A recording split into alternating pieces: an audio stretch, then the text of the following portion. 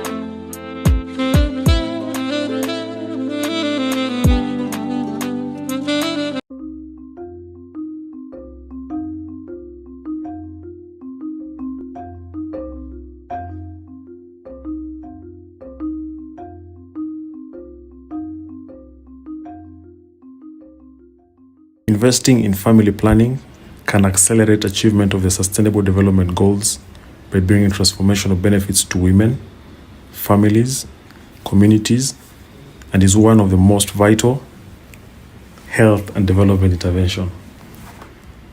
Male involvement has been identified by the government as a high-impact intervention for increasing family planning uptake. Married women in many parts of Kenya must seek the approval of their male partners before seeking family planning services. The male partners often show open resistance when they are inadequately informed of the benefits.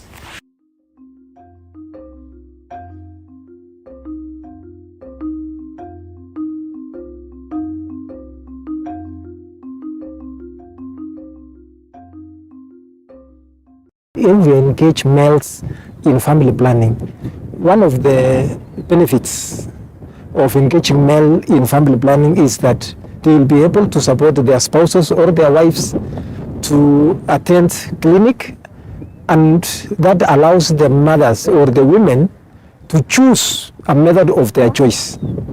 Without male engagement, women will come and pick methods that are not suitable for them, especially injectables, because it is easily to be concealed, and therefore if they are allowed their partners or their spouses to come and choose, then they will be able to pick any method, especially even the long-term methods where some of them needs the support of their spouse.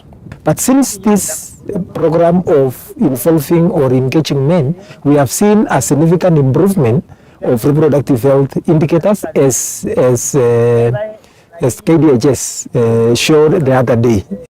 According to the KDHS report, Kenya has realized an increase in the use of modern contraceptive methods at national level from 53% in 2014 to 57% in 2022. In Narok County, the use of contraceptive methods increased from 38% in 2014 to 52% in 2022. Through male engagement, the men will be able to allocate even resources for their spouses to access these reproductive health services, family planning being one of them. And number two, because of public participation, where they actually contribute to community as far as family planning is concerned, especially budgeting and allocation of resources by the county government.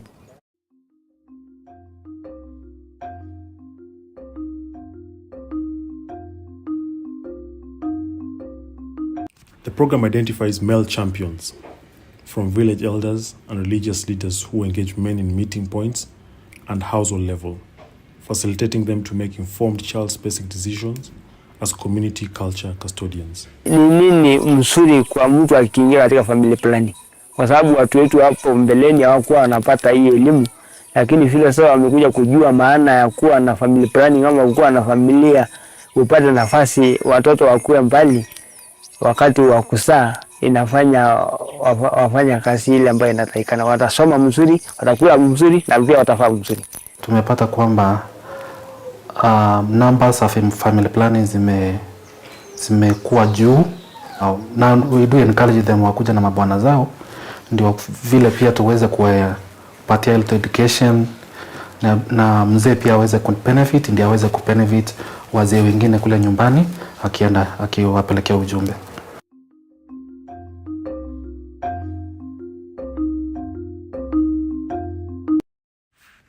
In many parts of Kenya, culturally, men wield immense power in controlling important decisions at family and community level, including reproductive health. Kulingana na family planning ni jambo la maana. Hivyo ningependa kuwashauri wamama ambao hawakuweza kuelimishwa jinsi ya kupata family planning, wapate elimu na wapate pia family planning, kwa sababu sisi kama jamii ya Sirikwa tumeona family planning ni jambo la maana sana. Serikali nataka kuambia hawa ya 40, 30 waingie hii mafunzo, kwa ajili nimeona ni mzuri sana. Iko vitu ambaye tumefundishwa hatujaijua, hata mama anaweza kuwa na condom yake, hata ya wazee. Nimefurahia sana kwa wazee kukuja hii mafunzo ambao tulikuwa tunapata through hawa CHFs ambao wanatuelimisha, na nikapata hiyo elimu ambayo sasa hata sana huwa tunatumia condoms ili ndio tuweze watoto watimishe ile miaka ambayo tunasema anyonye mwaka 2 na apate nguvu ya kunyanya maziwa ya mama yake. Let's mainstream male engagement as a high-impact practice for increasing family planning uptake. Together, we can build a healthier future for all.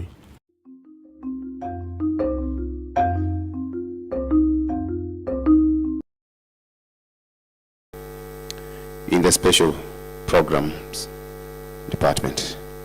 Karibu sana. There you go. Our next panelist is Sheikh Bashir Somo. Please take up a seat. Let's appreciate Sheikh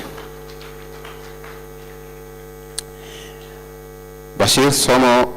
Is a religious leader in Marsabit County, and we appreciate you coming. Our next panelist is John Kutner. Let's appreciate John Kutner. John Kutner is an experienced health programmer, currently working with AMREF Kenya as a program manager. Karibu John, we appreciate your time.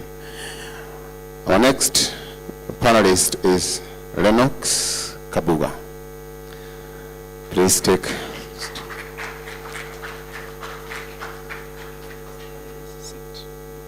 Yes, it is. Okay, sorry, I'm advised that the panel should sit on the stage. Sorry for that, so that people can see and hear you clearly. Thank you for that facilitation. Lennox works in Samburu County as a Samburu community focal person. We appreciate you coming. Our next panelist is Steve Juma from Homa Bay. Let's appreciate Steve as he comes. Steve Juma works in Homa Bay County as the adolescent and youth program coordinator. And you heard that there has been a lot of gain in that county. You can see the face behind the good work in Homa Bay County.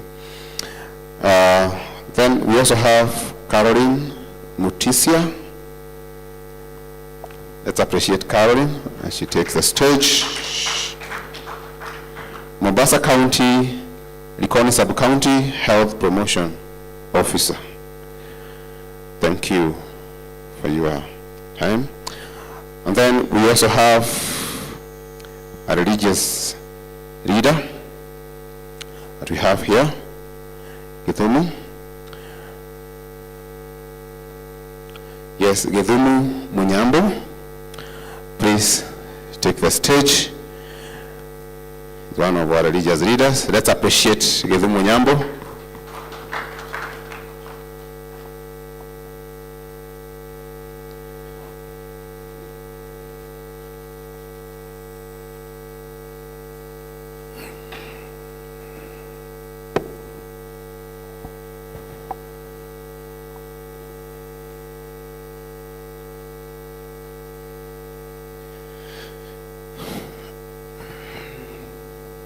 So this panel is going to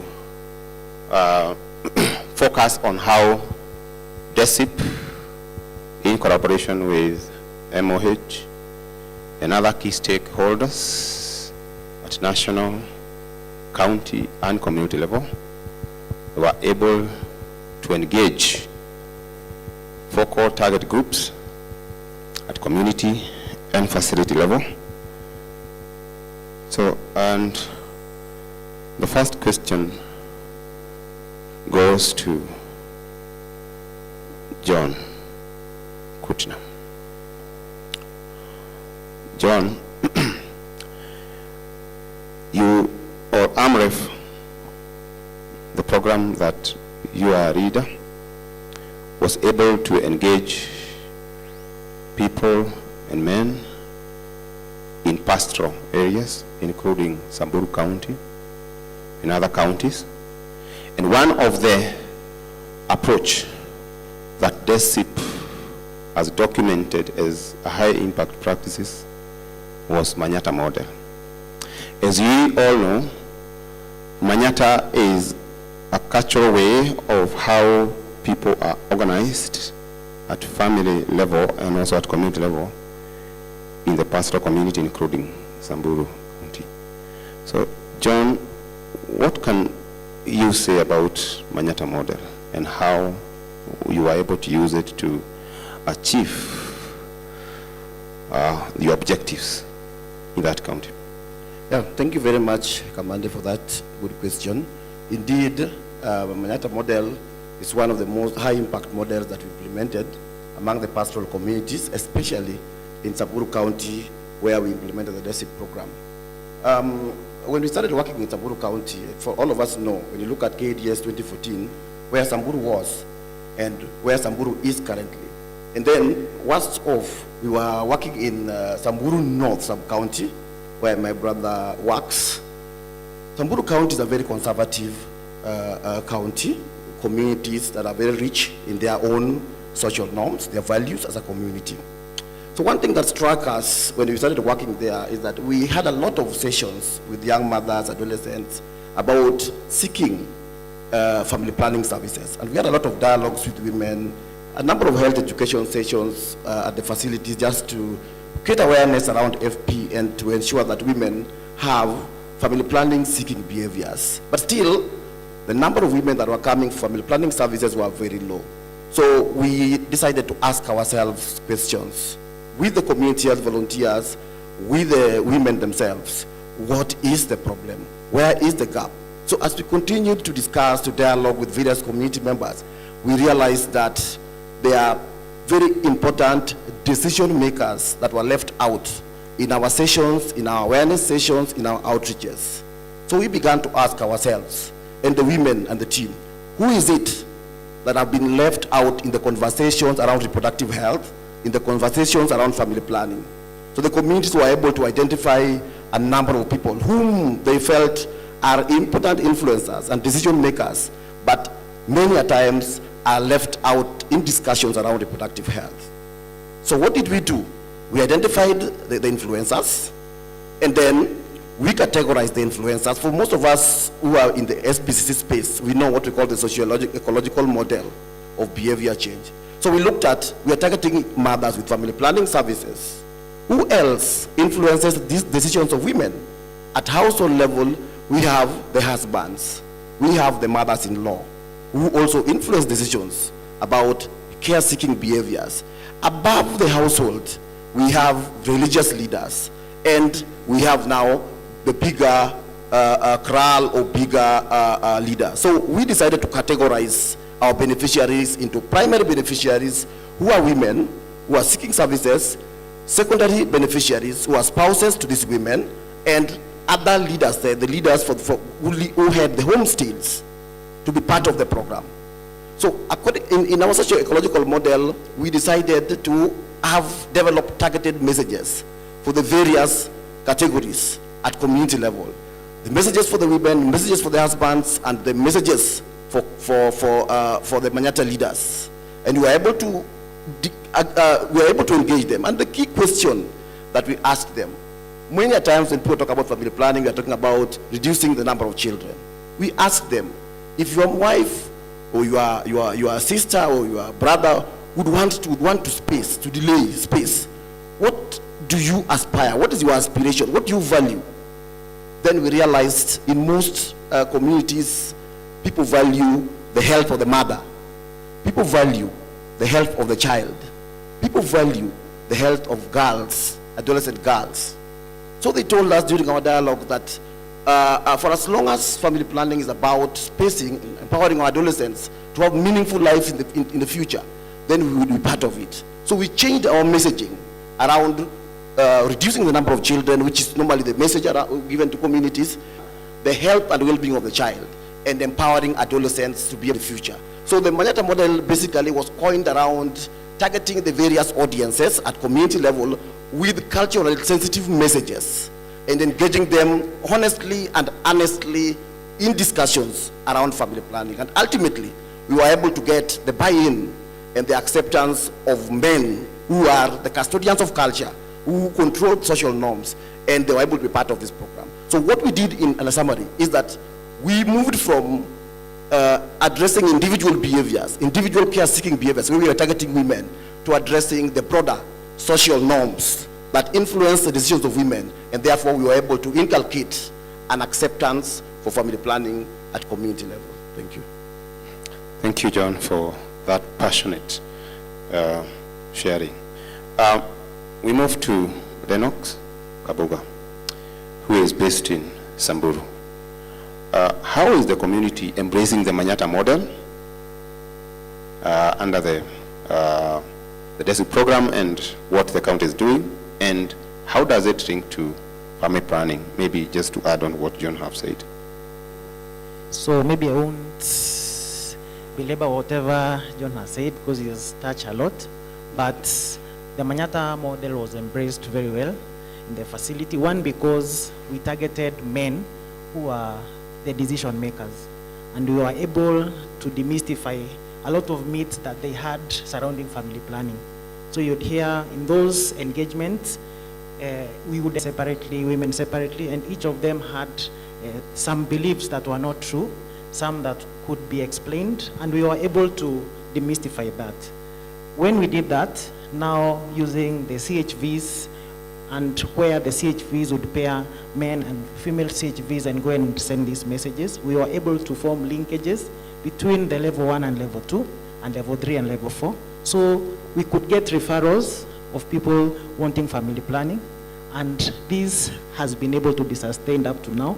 We would want more support with regards to other activities that we were doing, because on top of that engagement of the community, we will do data quality audits, we will do supportive supervision, we will support those dialogues, and we would want to cascade the same to other sites, because we had only piloted it in 6 facilities. We were able to take it to 1 more health facility and 1 private facilities. So maybe it would work better if we would be able to cascade it all over the county. Thank you, Lennox.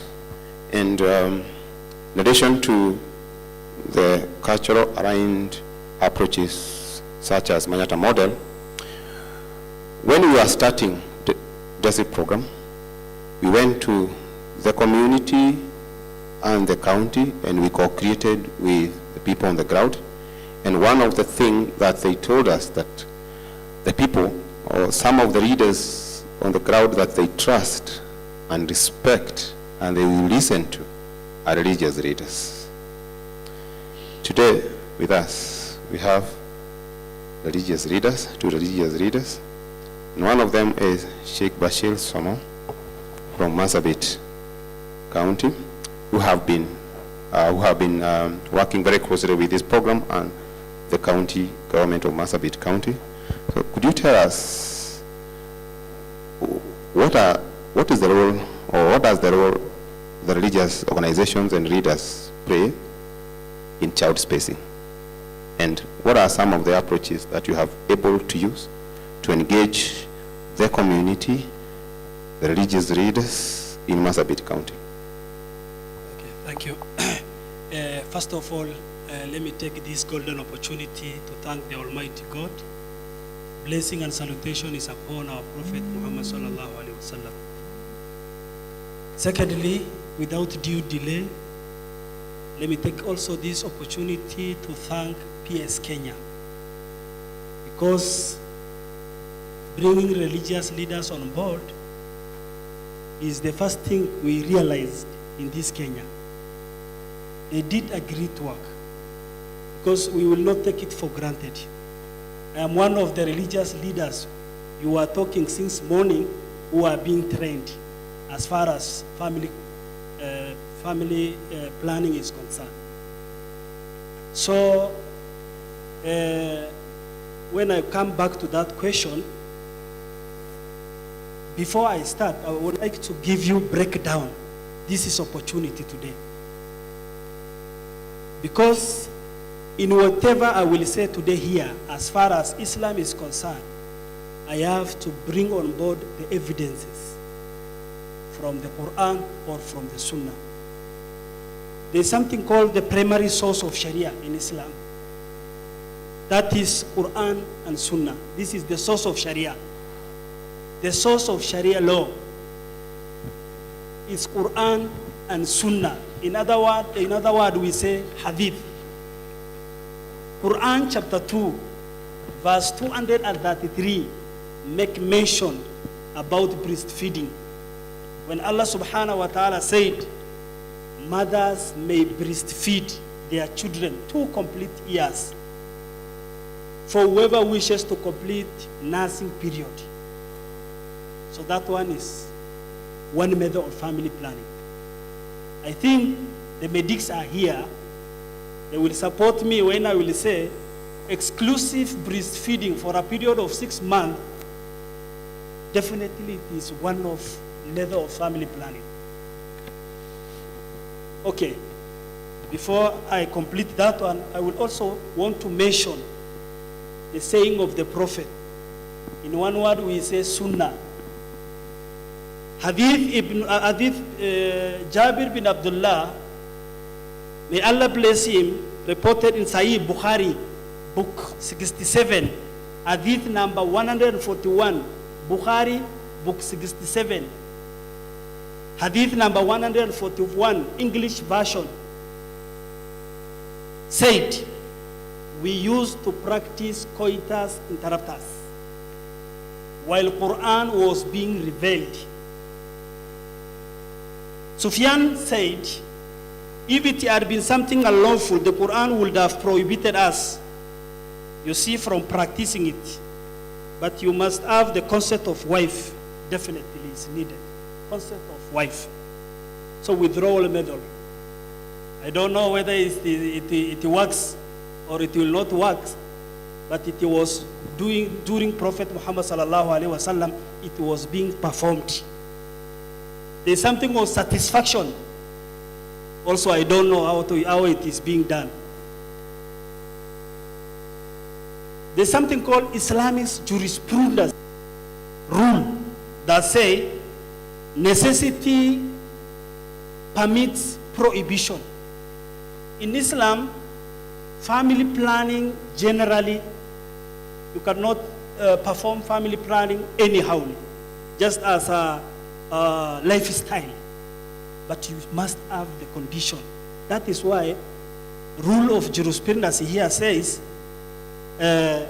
necessity permits prohibition. I think you understand me. Point at all? Do you understand something from me? I think you are so silent. Is it interesting, or I am odd one out? Yes? Thank you.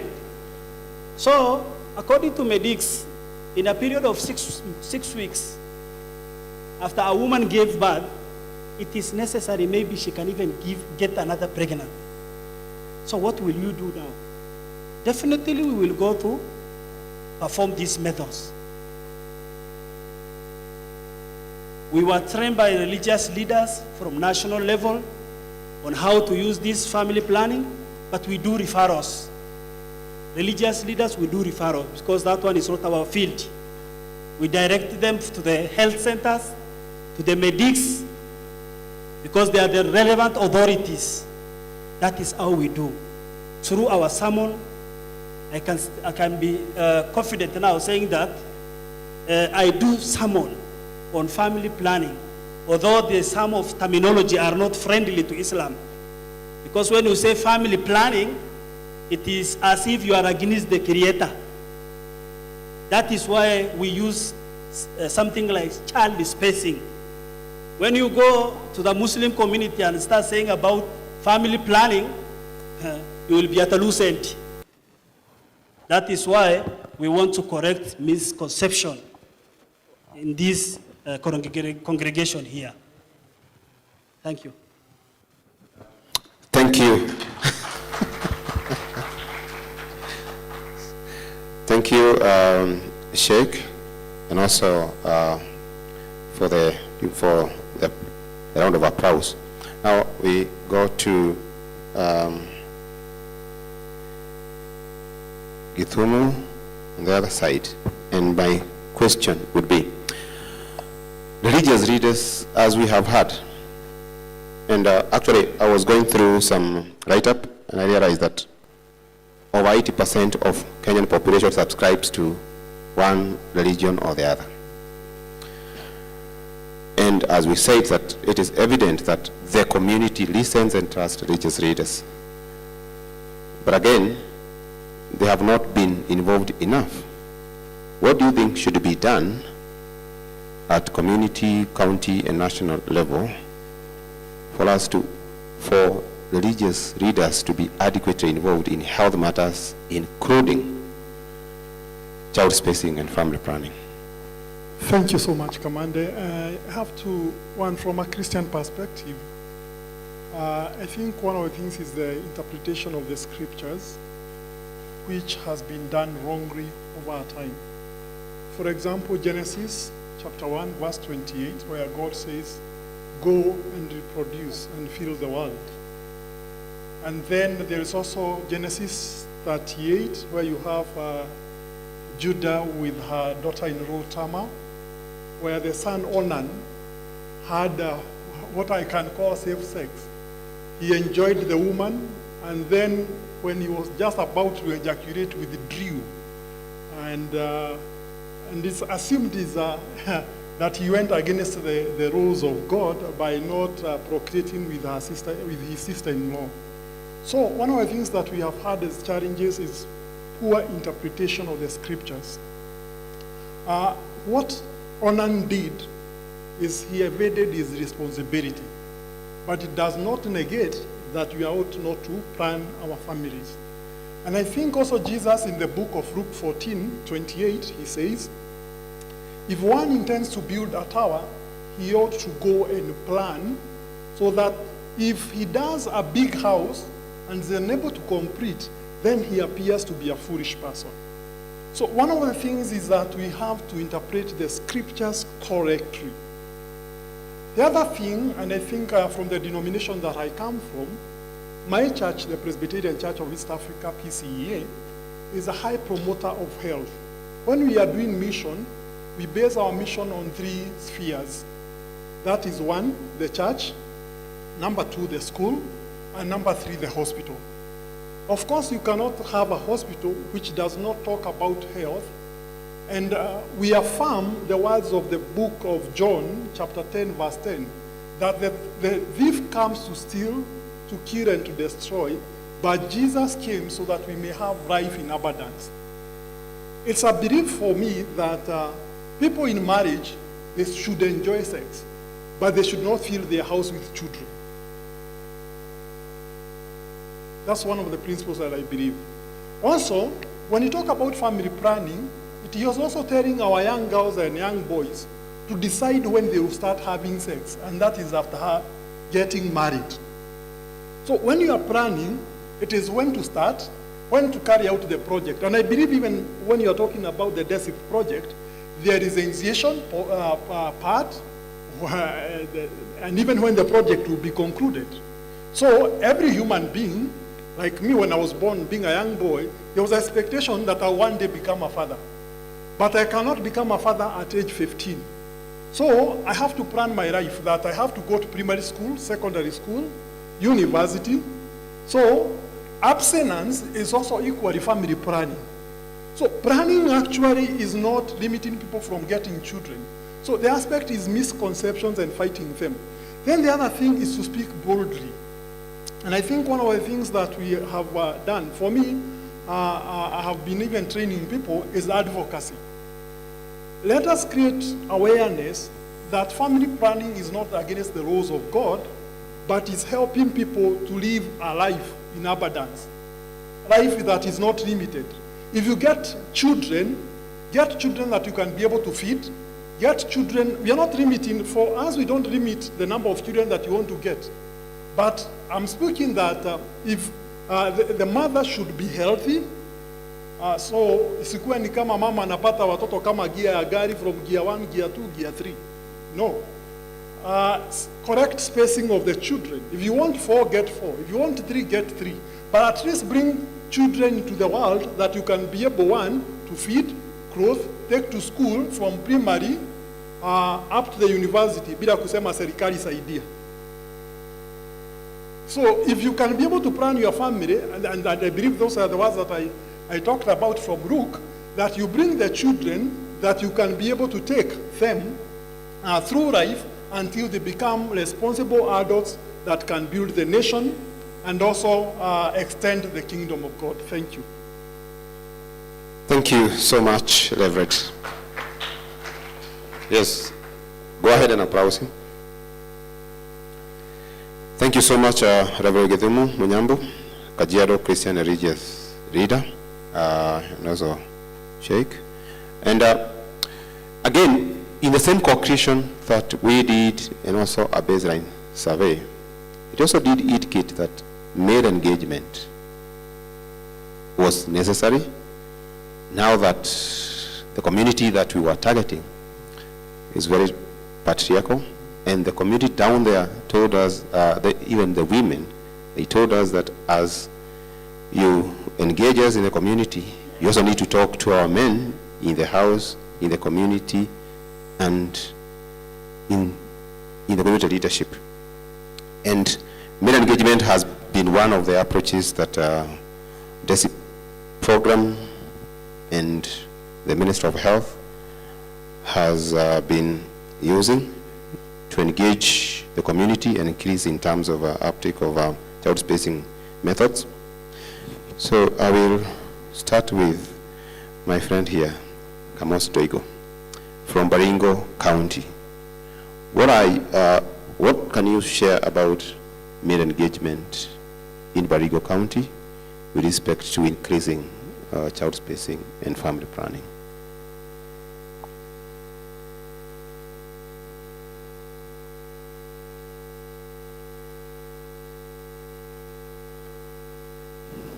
Okay, thank you so much, the moderator. Thank you for having me. I want to share with you the path that we took as a Baringo County in having men participate in or share important decisions on family planning. And one thing we did is that we identified men of good standing within the community, and then it included the religious leaders, the community gatekeepers, and the CBDs, the CHPs, and we took them for a training, a 3-day training that we trained them on basic modules of family planning, and with the basic modules and social behavior change communication. We took religious leaders because the church, the Muslims and the church have organized men group, so it was easy to reach out to more men through the church. And there are also opinion shapers in the society. We also took the community, the gatekeepers of the community, those leaders with good standing, because they could be heard by the community. So we trained them on basic modules, and also we trained them on social behavior change communication. This one was purposely to address the issues of misconception and myths that surround family planning. For example, there are so many stories that I think is misconception about the family planning methods, that it lowers the sex drive. You've all heard about it. So we specifically train them on social behavior change communication to address those specific issues. And after that, after the training, we went to the ground, to the villages, where we roped in more men in villages. To start first, we piloted in 2 sub-counties, which are very diverse. One is Koibatek in Baringo, and another one is Tiati, which has a pastoral community. So these people then, the male champions, the ones we selected, identified, we call them male champions, and this was they're going to champion on family planning issues. So we went to the community, where we now formed small groups in men group, and we started the discussion. So in almost every ward, we had those small discussion groups. And we are happy now that the discussion about family planning is going on among men. Another thing is that the entry point we identified is the youth group. Youth group, we want to have a community, a generation that is informed and already aware about the issues of family planning, so that we change the society completely. Because there's a saying in Kiswahili that says, samaki mkunje ingali mbichi. So that's why we target the young men. Thank you.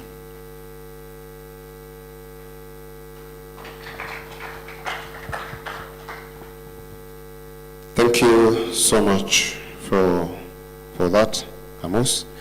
And with us, we also have Caroline Mutisia, who is a sub-county community health promotion officer based in Mombasa. At the moment, primary health care was launched just the other day, and the government has trained a battery of community health promoters. What is the opportunity that we have in community health promoters, and how has your team and partners, including Desip, were able to leverage on community health promoters to increase awareness and uptake and ability to make informed choice on matters child spacing and family planning? Thank you for the opportunity. Now, we know the president launched the community health promoters, and these people, we believe, they are very key people in the community. It's so interesting that community health promoters sometimes are more appreciated than the doctors and the clinical officers and other staff we have in the hospitals. Wanawaita madaktari wa kijijini. From our point, we've done capacity building for them. They've gone for trainings, the different modules of their course, which is required, and by so doing, they are able to do demand creation for family planning. They are doing sensitizations at the community level, at their households, mini dialogues, and the major dialogues at the community. They are doing education on family planning, different types of family planning available, how they work and such, so that people can have the basic of family planning from their household comfort before they are referred to the facility for more.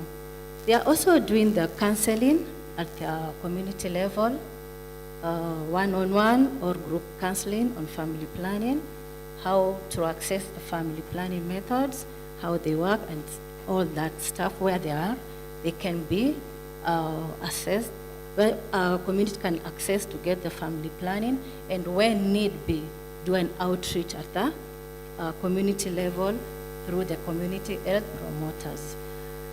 We do also, as in community health promoters, referrals. There are mode of family plannings which cannot be done by the community health promoters. They have to be referred to the facilities. Like when we talk about the implano, the long method mostly, we find that the community health promoter is going to sensitize the community, counsel them on all these, but at the end of the day, they're going to do effective referrals to the facility, link facilities for the uptake of the facility. Some of the community health promoters are doing drug, we're going to call it community dispensing. Like the pills and the condoms, find that these are things they can carry in their kits and supply to the community, to the members who have already initiated family planning methods. Above all, we have to do the follow-up of the clients. Know how the client is carrying on, how the client is faring on with the kind of family planning amepata, whether it's from the facility or it's from the community-based health promoter. Thank you very much, Caroline, for reminding us that the army at the community, and in actual fact, for Desip program. Our primary community engagement network was the community health promoters, but for special cohorts that we have talked about, including men, youth, persons with disabilities, we had to reach out to others, including male champions, religious leaders, and youth champions. And having said that, we have one of our person that we have here is from Homa Bay County, Steve Juma. Homa Bay has been, from the KDHS results, has been reporting very high numbers or high data in terms of teenage pregnancy, but there has been a tremendous improvement in that area. What are some of the high impact and special interventions that you think you should share with this team that has been put in place in Homa Bay County? Thank you very much, Kamande. First of all, I want to appreciate being with the team here to share. It's true, Homa Bay, in the previous reports, the reports have been raising a lot of eyebrows. However, in the recent data that we are all aware of, we have seen tremendous and positive improvement, specifically on issues of triple threat, the teenage pregnancy, the HIV, and issues of SGBV. I must admit to say that some of the challenges that have been, and we are still struggling with, are in the aspect of structural barriers, the issues of policies, the social norms, social and cultural norms, and at individual levels. These are some of the things that have made Homa Bay to previously make some steps backward. However, how have we reached here? One, we have been looking at the situation specifically in the youth context at individual level and their surrounding. Just as we shared the socio-ecological model in the context of social behavior change communication. So we understand youth is a dynamic, is a stage that has a lot of dynamics, and they need to be engaged in their own way. Through Desip program, to be specific, we have been able to adopt sort of the community health promoters, but now specifically we call them the youth champions. So these youth champions are capacity built. They are the information that are given are tailor-made, so that we adopt the aspect of peer-to-peer learning in terms of demand creation and in terms of creating enabling environment. Additionally, there has been increment of access to youth-friendly and youth-responsive service provision through, in the previous discussions, you have heard of capacity building of healthcare providers in terms of youth service provision. However, not just capacity building them, but also engaging the county government to ensure that within our facilities, we also have youth service providers who are youth that can be able to engage their peers. So this you have also seen having the presence of youth service providers who are youth, have adequate knowledge on youth service provision across public and private facilities have increased their confidence. In the context of surrounding, which by extension include issues of norms, cultural and social norms, there has been unheightened community engagement just to demystify some of the things, myths and misconceptions, like when you are talking to a youth and you tell them about family planning, then they will tell you, no, we don't have a family to plan. And that alone, now you coin your information, make this youth not to buy the idea I wanted to share. So there's some of the conversation we have with the community. They tell you, why must these youths plan for a family? So when doing demand creation within the community, for youths, we normally talk about contraception uptake. And I realized that how we engage the community through dialogue, which are targeted outreaches, because youths shun away from visiting facilities. If you get deeper, they are very, very busy, but you cannot understand what they are doing. So when we bring services closer to them, do demand creation, and they are able to uptake these services. I will also say that this is also the population that are quick in testing and want to be up to date in everything that is happening. This is where the technology and the digital space comes in. Majority of young people nowadays, through their parents and even at an individual level, whether granted access or not, they will try to get access to a phone, which they use at their discretion. So we have also been able to leverage on the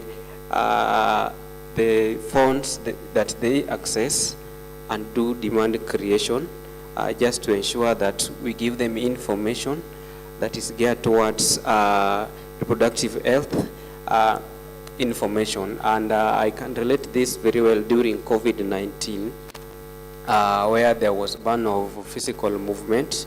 We were able to use digital space, where we have the youth champions mobilize their peers into common groups. It was up in that group. If it's a group of 20 youths, a trained service provider is added into that group. We have weekly discussions on various reproductive areas. Then a referral is done at that online level. At this one, we were able to contain them during COVID-19. Also, we have been able to use what we call satisfied client approach. There's this youth that has been mobilized, has gone to the service. Then this one, we also engage them to bring another one. So when it tells you, by the way, this thing has been said, but personally I went and did this, and this is how far it brings aspect of confidence to the other person. Then as I sum up, we've also been able to use what we call edutainment. When you were in the other hall, you saw what the CBO did. I'm sure if there was someone that stood there lecturing about everything, then some of us could have not gotten what is all about and could have been bored on the way.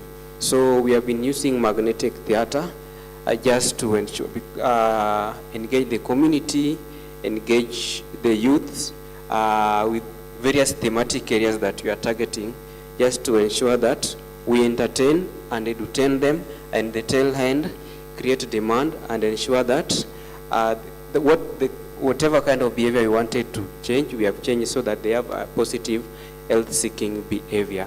So these are some of the things we have been able to use just to ensure that youths are brought on board. But however, during this process, we engage youths.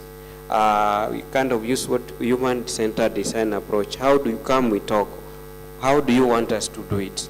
And say, as we are tired of information, what if we have this discussion? So this is some of the strategies we have seen, we have tested, and we have seen it's picking up as can be in reports. As at 2014, KDHS Omabay was at 33, position 2 after Narok, and as at 2022, KDHS is at a reduction of 10% at 23%. Thank you. Wow. Thank you so much, Steve, for sharing about on what you are doing on youth and adolescents. And as you have heard, is that as a result of those approaches, Homa Bay was able to improve by 10%. Those are 10 points. And we have come to the end of the panel discussions. But just before we call it a go, I would like to give this team a minute, or have a minute each, to give a parting shot or to give a conclusive statement. And we'll start with Amos here. Please go.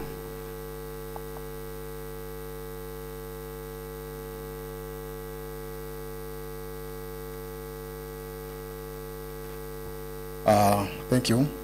My parting shot is that my suggestion is that men should actually be involved at the policy level so that their concerns are taken care of. And we also look at the designs of the program. For example, most of the family planning programs are biased towards the needs of women.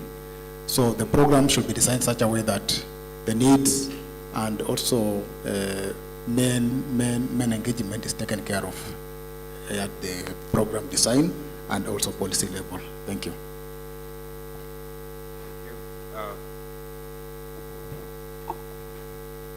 Okay, thank you.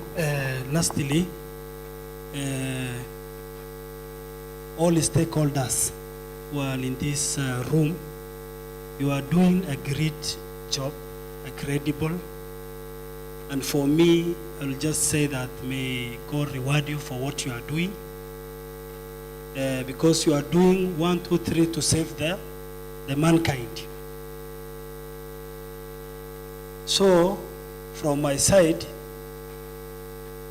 my request is that religious leaders are doing the great work, so long that you engage them and you give them a proper training, or you give in a certain subject. They have platform. They don't do something called mobilization. Especially when I talk from the Islamic perspective, they have 5 daily prayers. So maybe you can engage and meet them 5 times a day. When you have any topic, you can stand and raise, because that one is your mandate as an imam. That is how we are doing things in our area. After we get training from here several times, we came here at the national level. We got trainings from PS Kenya and other stakeholders like Faith to Action, the Religious Council of Kenya. So they brought us on board and gave us proper training as far as family planning is concerned. So after we go home, I think all of you, you saw that picture there. That is my picture there. It was taken in a rural place when I was training religious leaders. PS Kenya, they visited me there, so they took that photo sometimes ago. So we are trying our best to make sure that universal health care has reached its target, because also we have that mandate. As far as we are talking to our people and teaching them life after death, on the contrary, we have also to tell them how they will survive in this world. And family planning, child spacing, or whatever terminology you will use matters a lot, because we want to save the mother and we want to save the children. That is how important it is. And when somebody just sit at the corner there and say family planning is prohibited, it's haram, you see, we have to engage them. You have to give them time, let them talk, let them give their narrative. Then we will give them alternative narrative. Even me, the first day we got this training, it was not easy for me to take this lessons, because I repelled the first time. But later on, I came to realize that it is very important, because now I am champion as I am talking here. Champion. in a manner that my firstborn, I have 3 kids. My firstborn has 6 or 7 years. The secondborn, that time I was not in that field. I mess up 5 years, something like that. The last one is 6 months.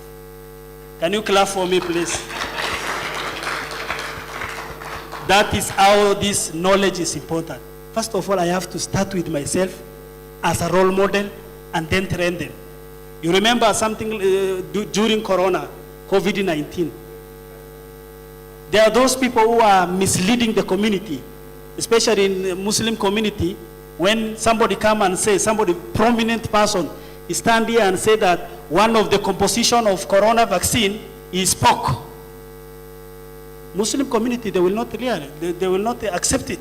So we are there to clear the doubt and clear this misconception. That is why we need this religion. Don't be selfish. The medics, bring us on board. Let us sit together. Together we can do more. Thank you very much. Thank you so much. Together we can be together. They have already mobilized crowd for you, and they are trusted. Thank you. Thank you very much. Building on what my brother has said, men are doing a lot to build their families, to grow their families, and to make their families thrive. Men are doing a lot at community level, and they mean well for their families. So when we engage in what we call appreciative inquiry with men, you get to learn a lot about what men has done and the little that they do to help their families thrive and live well. So what we did, we built a framework for engaging men, and we realized that most interventions targeting men look at men as barriers to uptake for reproductive health services. They are not.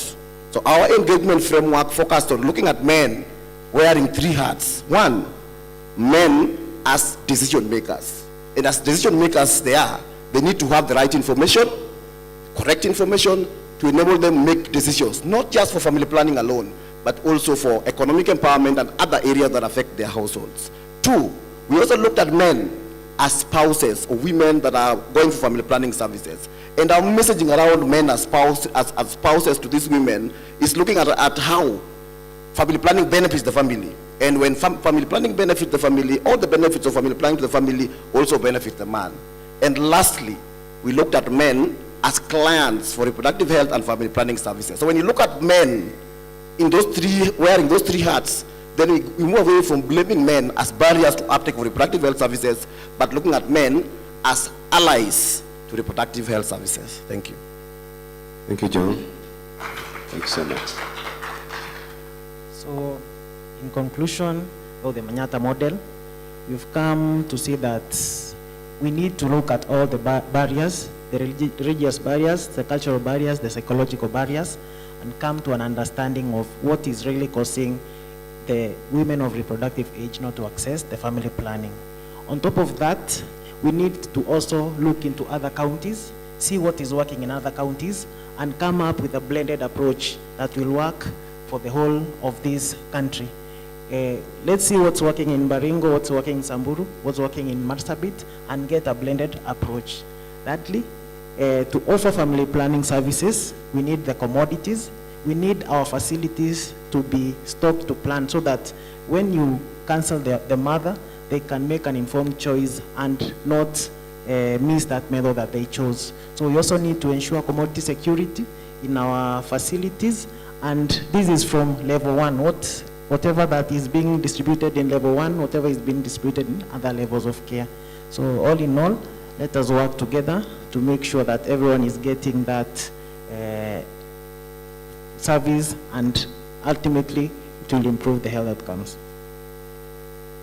Yes, facilitate commodity security to the smallest, remotest health space. Thank you. Thank you, James. In the spirit of nothing for us without us mantra, young people are expertise in their unique ways. I call upon each and everyone not to see them just as beneficiary of the interventions targeting them, but as equal partners and implementers. Two, there are already existing, youths are already in various groups, networks that they are in, that command a strong follower.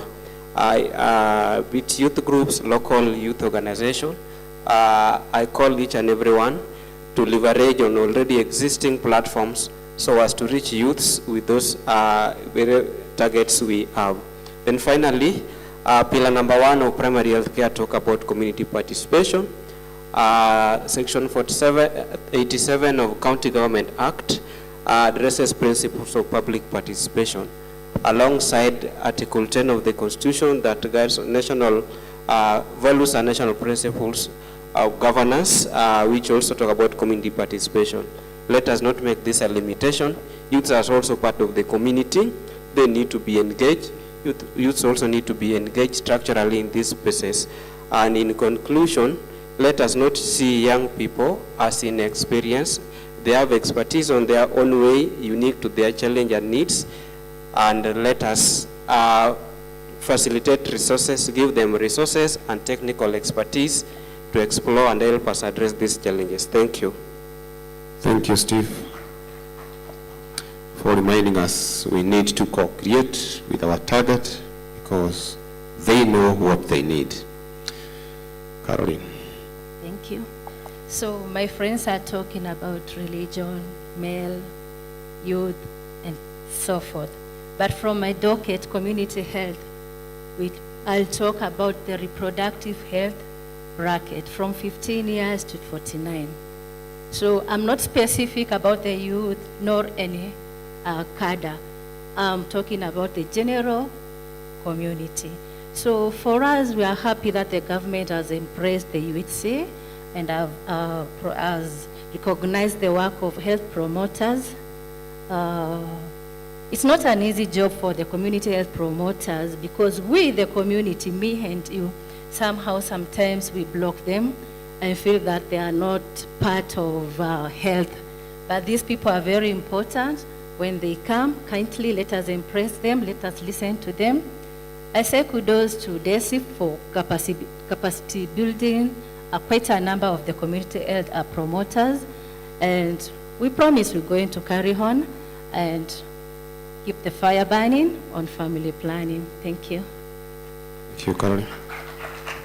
Thank you. Finally, brothers and sisters, when you talk of family planning, teenage pregnancies, it is not only one sector that carry it on board.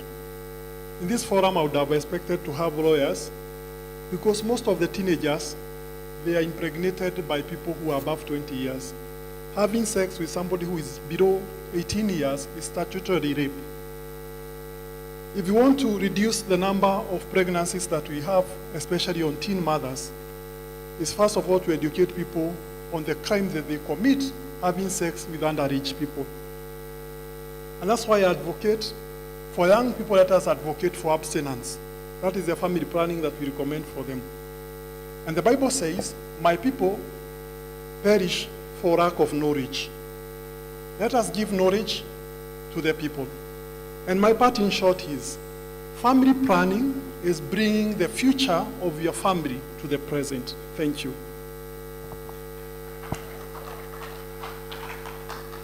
Wow, what a parting shot.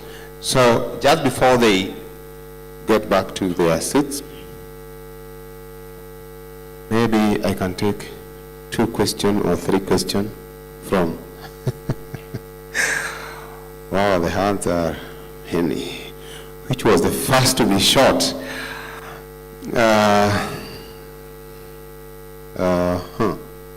This hand, yes, that was the very first to be shot. Let me give you a mic. Thank you to the panelists. Job well done. To John and Lennox, question and to both. We piloted in the Manyata model in 6 or 7 health facilities. We serve a similar pastoralist community, the Ma, in Narok County. So were those few facilities able to demonstrate change within their facilities or within the county, because the county numbers improved, but those are too few for change. Maybe you can share that. And then secondly, to John, we're implementing the Afyo Salama in Narok East. So what can we borrow and replicate in Narok County, customize, to learn from the Manyata model to now implement in Narok East, where we are with you as AMREF, with Safaricom Foundation. Thank you. Thank you for that question, John. So we will keep that. So we are going to have 2, 3, 4, 5. Okay, number 2. Thank you so much. My name is Ibrahim Abdul Mohamed, former CECL, Wajir County. I'm now also a PhD student on health systems. I'm also a clinical officer by profession. Just a quick one. Thank you so much, the panelists, for the good work you're doing. I think we have come all the way on FP uptake in our country. And I believe with the USC coverage, probably in the next conference, we'll have good numbers compared to today. But my issue is two. I know our male religious leaders are doing good work, but we also have the women religious leaders, especially in the community, in the Muslim community. We have those women who normally run the dawah programs, and they have direct link with the ladies. So can we use also that opportunity for them to disseminate the FP program in our area? The other thing is, there's a class or a sector that has been vocated from health in this country. That's the political class.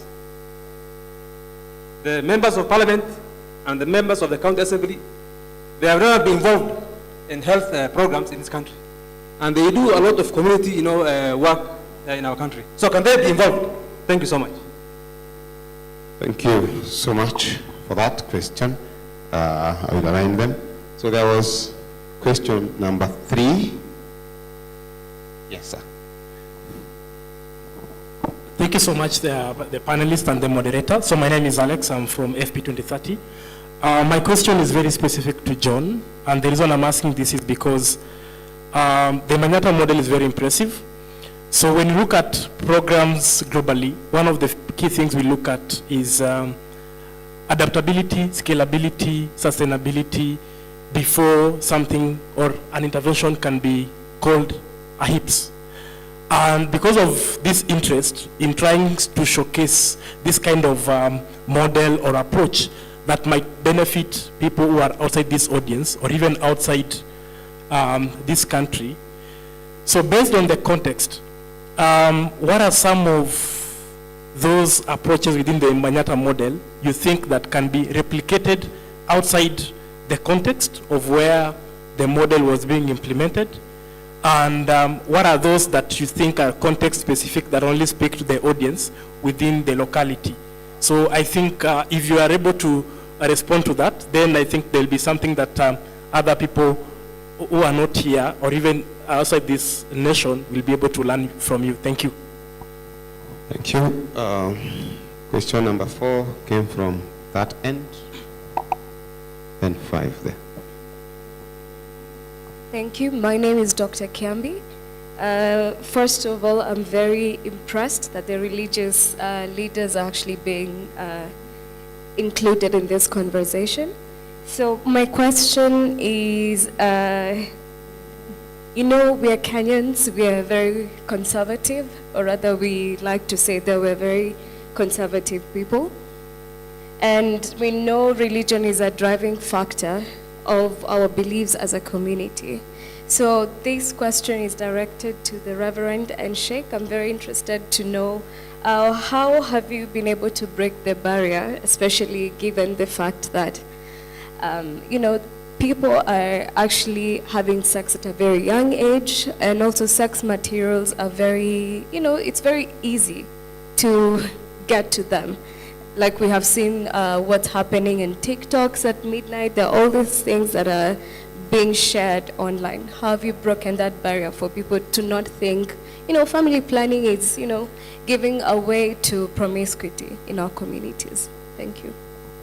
Thank you, Dr. Kembi. Question 5, then we'll come to you. We'll come to that table. Thank you very much, and thank you very much, team, for the good discussion. Mine is on social accountability, and I want to ask John whether the project did integrate social accountability in the entire project, and if it did integrate the social accountability, what lessons did we learn from that so that it can inform other similar programs that we are implementing on? Thank you.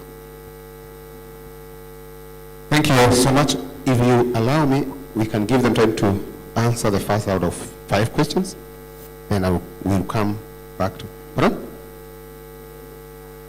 Your question is related to Dr. Kembi's question. Yeah, because of your smile. Anyway, just one question because she explained herself, but we'll come to another round if time allows. Thank you. Asante sana. My question is highly related to Daktari's question. And my concern is particularly in the area of persons with disability. I really want to thank Reverend because of talking about teaching the male to avoid teen pregnancies. Now, a situation in most of our communities, we find that girls with disabilities and sometimes mental disabilities, somebody who barely can consent to sex, getting pregnant. And so sometimes I would wish to get of how we could be able to inform these men to not engage unless there is consent. And we quite know that hakuna consent kwa a girl with disability and especially mental disabilities. You get out there and you find some very worrying situations.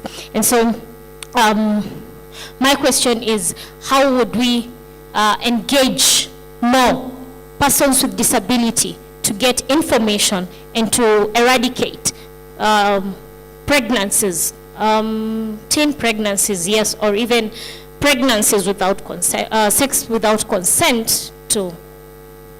Nadhani nimeeleweka, si ndio? Thank you. To the panelists, you kindly take shortest time possible, a minute at most or thereabout, to respond.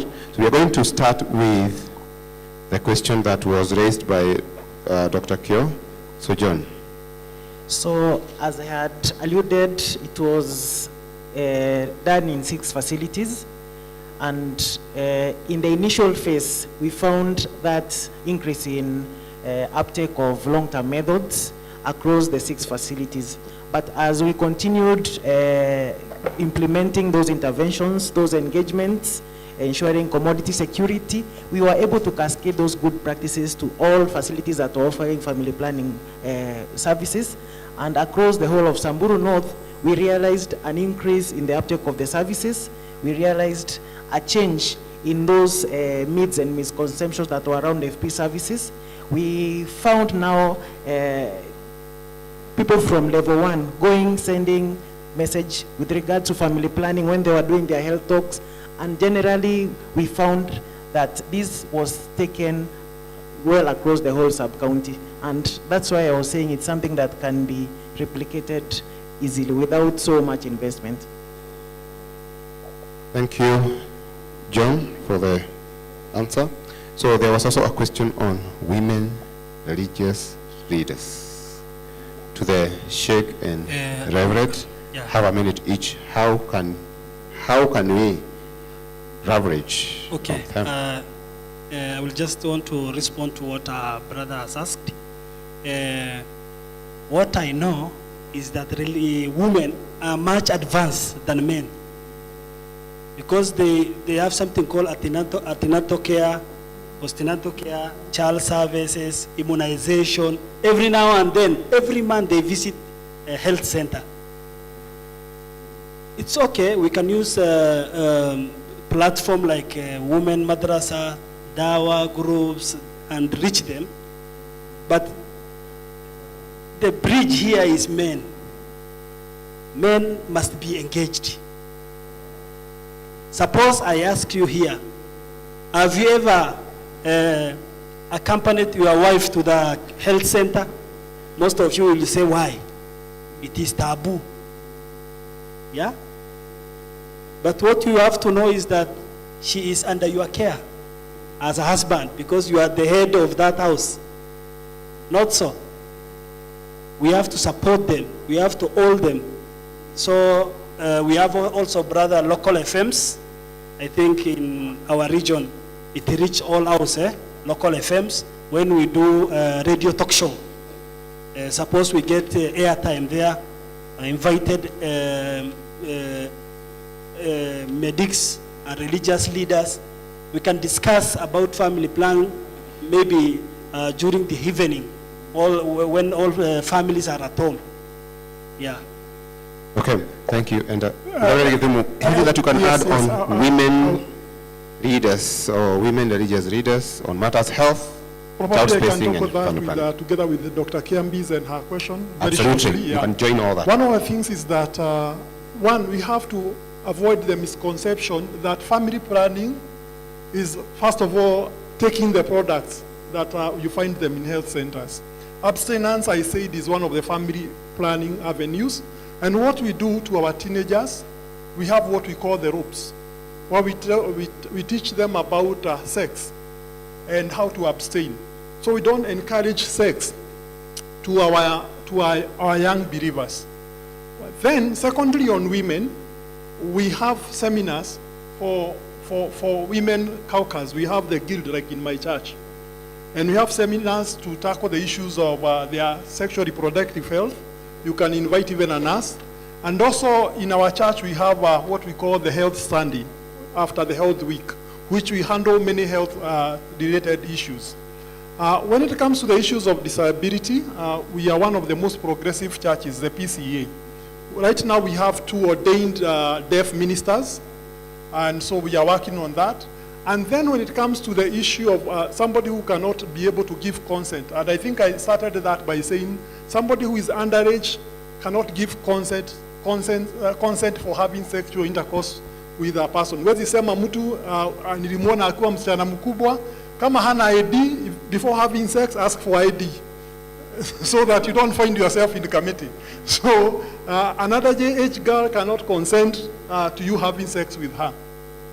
And also when it comes also to the issue of the mentally disabled, I think we have to create awareness within the society that we have to appreciate the mentally disabled people and we should not abuse them. That is taking care advantage of a mentally disabled person by having sex with them. And I remember I had a scenario when I was working in the sides of Kajiado, the lower part of Kajiado, whereby a young lady would not be able to hear you correctly. And because probably when she speaks to you, she would shake her head, somebody thought the girl had consented to having sex. And actually we ended up sorting out that issue with the law enforcement people. And also I can say my church, where I'm working right now, we have a rescue center where we rescue girls from early marriages. That is in Kajiado, called Mother Esther Girls Rescue Center. So if we have a girl that is being abused or being forced into an early marriage, we rescue that girl and bring her to the center. So that's something that the church is doing to reduce the teenage pregnancies. Thank you.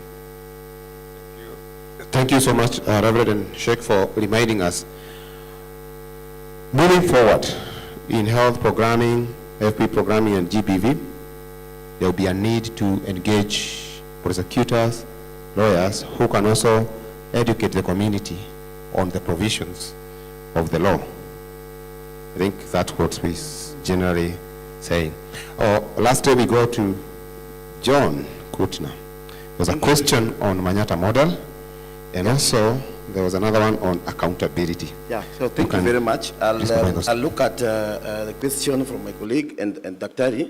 Similarly, so yes, in Narok East, we want to deploy the model.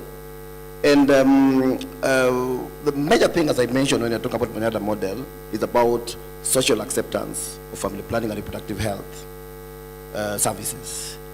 And when you talk about social acceptance, communities will differ in terms of what they prioritize, what they love, their aspirations, their needs, their fertility desires, they will differ. So the model is rightly scalable, adaptable, but the aspect that needs to be looked at is the aspect of social acceptance and male engagement. What are the priorities? I want to give you an example.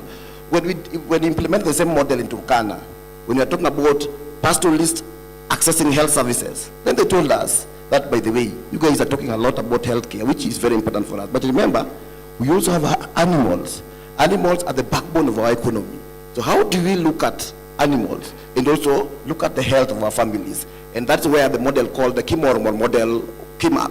Kimormor means supermarket approach, total approach, which currently now we are calling the One Health approach, where we're not just taking family planning services to communities. We are not taking other health services to communities, but we are looking at the society. We take animal health experts, we take civil and registrations experts, we take family planning services, and we take all the rest of the other government services together. But that, they said, was good for them, because then when you go to that community for an outreach service, then you are addressing holistically the needs of this community. And by the way, Kimormor model is already has been adopted by the county, and the county is now financing it. So what I'm saying is this, that the model is quite replicable, adaptable, and can be scaled anywhere. But then we need to look at the needs, the aspirations of the community first before you adopt that model, because it is built on that interest. On the presidential doc, yes, we are going to do that. We are in the process of looking at doing dialogues. We are doing dialogues, co-creation with the communities. And then they will tell us, this is how we want to call this model, or this is how we want this model to be adapted to suit the Maasai community, because you cannot copy and paste. Then lastly, on social accountability. Social accountability is very powerful. I'm very sure that one of my brothers who is talking here was trained as part of the CSOs that are now doing social accountability in Homa Bay, and others in Mombasa County, where we also train for social accountability. So yes, it's very, very powerful. It's about holding our leadership to account. Our leadership has really disappointed us in many counties, because they don't talk about our interests, they talk about their own interests. So empowering communities, empowering local CSOs to be able to talk on behalf of the community is a powerful thing. And I'm sure Commander will tell us. In Homa Bay, we even ensure that the young people from the CSOs that we work with are part of the TWGs, FPRH TWG in Homa Bay, so that when people are talking about reproductive health services, then they are also able to bring on the table the interests of the young people, the interests of the community. So that medics, as he was saying, we don't just talk about medical issues, but they also need to look at this human part of service delivery. So social accountability worked very well for us, and it will continue to work. It is one of the approaches that we are using at community level to ensure that whatever we are doing, even for organizations like us, communities are able to hold us accountable. And as they hold us accountable, we also hold them accountable, and then form partnerships that are geared towards working together to transform communities that we serve. Thank you. Thank you, John. You are and you have been very passionate on community work. I've walked the journey with you for the last 5 years. It has been very clear. Thank you. Lastly, Kumos, could you just touch a little bit on engaging political class, although it's very related with John has said on social accountability. Okay, thank you so much. As I mentioned earlier, we had discussions at the village level and the ward level. And one of the people we targeted were actually the politicians. In fact, in one of our forums, the local MCA came to the meetings, to those discussions, and participated well. Although, of course, we've been having a problem with politicians who have been urging their constituents to multiply very fast so that they get more votes. But in this case, what we did as a county, we actually involve politicians so that they can reach out to more people, and they also change the attitude themselves. I think that's okay. Thank you. Thank you, boss. Thank you, panelists. There were so many hard, but time is so much spent. Do you allow me to take only 2? Banning. That means I'm not allowed. So I think with that and with time, if you allow me, we can close the discussion, but you can engage the panelists because they have quite information to share. And thank you, team, for your time, for sharing. And before you leave, you can have a group photo. Thank you so much.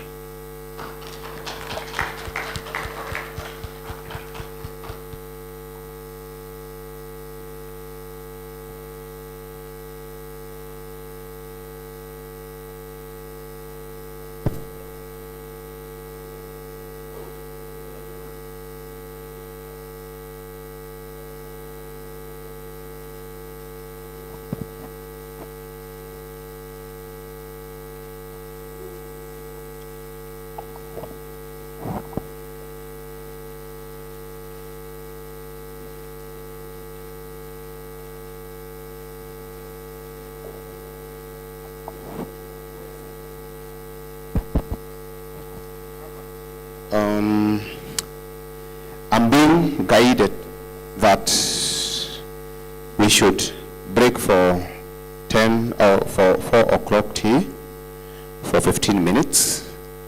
Then after that, we are going to, after tea, we are going to merge again with a bigger group for the last session. Thank you and enjoy your cup of tea.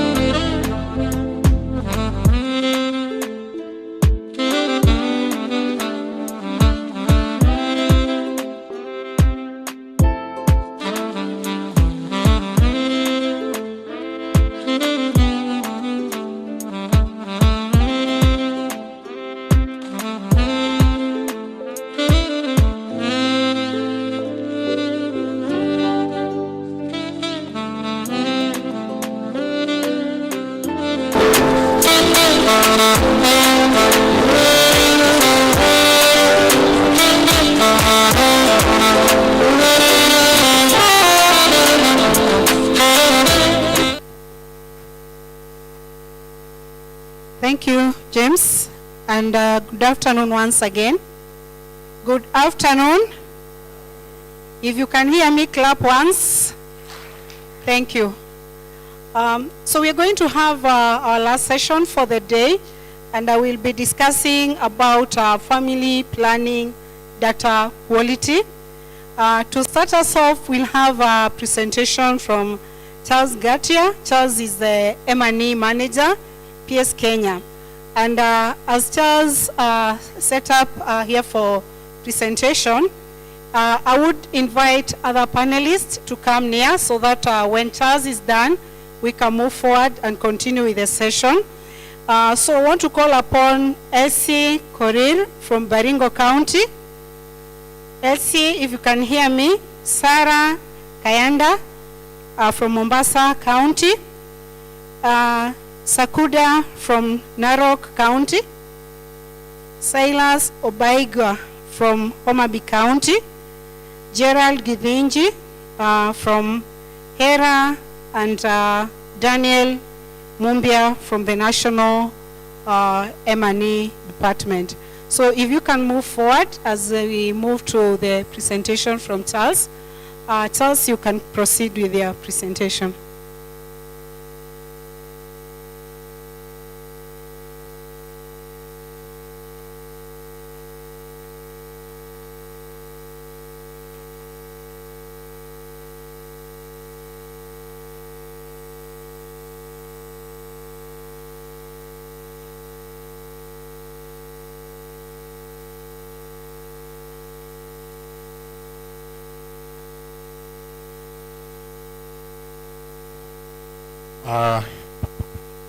Good evening.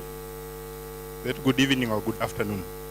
It's evening, huh? So I'll be taking you through the FP data quality session, insights from the Desip program. And this is a presentation from both the Desip, the implementing partners, including ICRH, Aga Khan University, and the HERA Consortium, who comprise the Desip third-party monitoring.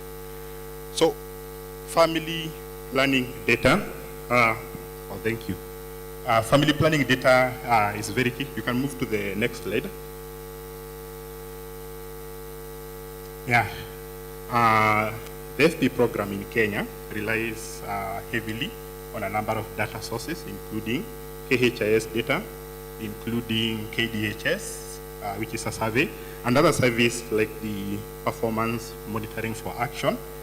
And it is vitally important, as Lydia said in the morning, that the data used for decision making meets criteria of accuracy, completeness, timeliness, and relevance, and recognizing the crucial role of data. The government in its FP 2030 commitments, objective number 7, emphasizes the urgent need to improve the availability and utilization of high quality FP data for decision making. We want to have data that is accurate and reliable to use for making decisions. And therefore, Desip, we have implemented several interventions to improve on data quality in the counties that we are operating in. In summary, Desip project from the inception of the project, we've worked together very closely with the county and national government in the revision of data tools. In 2022, the MOH 512, which is the FP register, and the MOH 747, that was last year. The revision saw inclusion of some key indicators such as persons, FP services offered to persons with disabilities, which was not there before. But through our effort, the ministry allowed or agreed to have those indicators captured. We also had some FP methods included in the tool, like we have implants, two-rod implant for 3 years, which was not common previously, but in the revision that was done in 2022, this was included in the FP register and also in the FCDRR. After revision of tools, the next thing that the program has supported is distribution and printing of these data tools. The national government, yes, and the counties also did print and distribute, but due to limited resources, the tools that were availed to facilities were not sufficient. So Desip came in and also printed quite a good number of tools and distributed to the counties and to facilities for use. We went ahead after distributing tools to support in the dissemination. We worked closely with the DRMH at the national level and the counties to conduct dissemination so that the providers and the facilities using these tools to collect data, to document, understand the tools, and report the data accordingly. Afterwards, we went ahead to support data quality assessments, what is popularly known as DQAs, so that we can be sure that the data we are getting from facilities is accurate and meets the threshold of integrity, quality, timeliness, and all those data quality dimensions. Additionally, we've gone ahead to work with KEMSA, the county governments, and also the national governments to train counties on the KEMSA LMIS, the SEWAS, which is a new system for counties and for facilities to requisition for FP commodities. And this is linked to KHIS in a way that the data that is reported on KHIS, the commodities data, is what is pulled into the LMIS and is used to compute what the county, what the facility will be resupplied with. We've also done interventions to strengthen data use at different levels, at the county level, at the sub-county level, and also at the facility level. We've supported data review meetings, feedback meetings, DQA feedback meetings, so that after we do DQAs, the gaps that we find, the issues that we find are communicated back to the people generating this data for action to be taken, and corrective measures to be undertaken. After all that we have done in terms of interventions to improve data quality, we still have quite a number of challenges. We are not yet there. The DQAs we've conducted together with the TPM, we don't score 100%. We have a lot of issues, a lot of challenges that we're trying to tackle. And one of them is the frequent revision of tools and limited resources. As much as the revision is a good thing, and we appreciate that because the tools now capture more data in a better way and in a more efficient way, the challenge comes in that after the tools are revised, we need resources again to print, to do disseminations again, and bring the facilities up to speed with the changes that have been incorporated in these tools. That has been a challenge. Again, after the tools have been revised and all that, you find that the tools we have in our counties, in our facilities, some facilities don't have the current version of the tools. There are facilities that are still using the outdated version, 2019 version.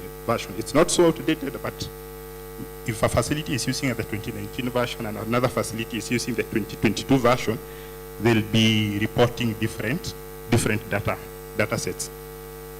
Another thing is the gaps in documentation and reporting practices.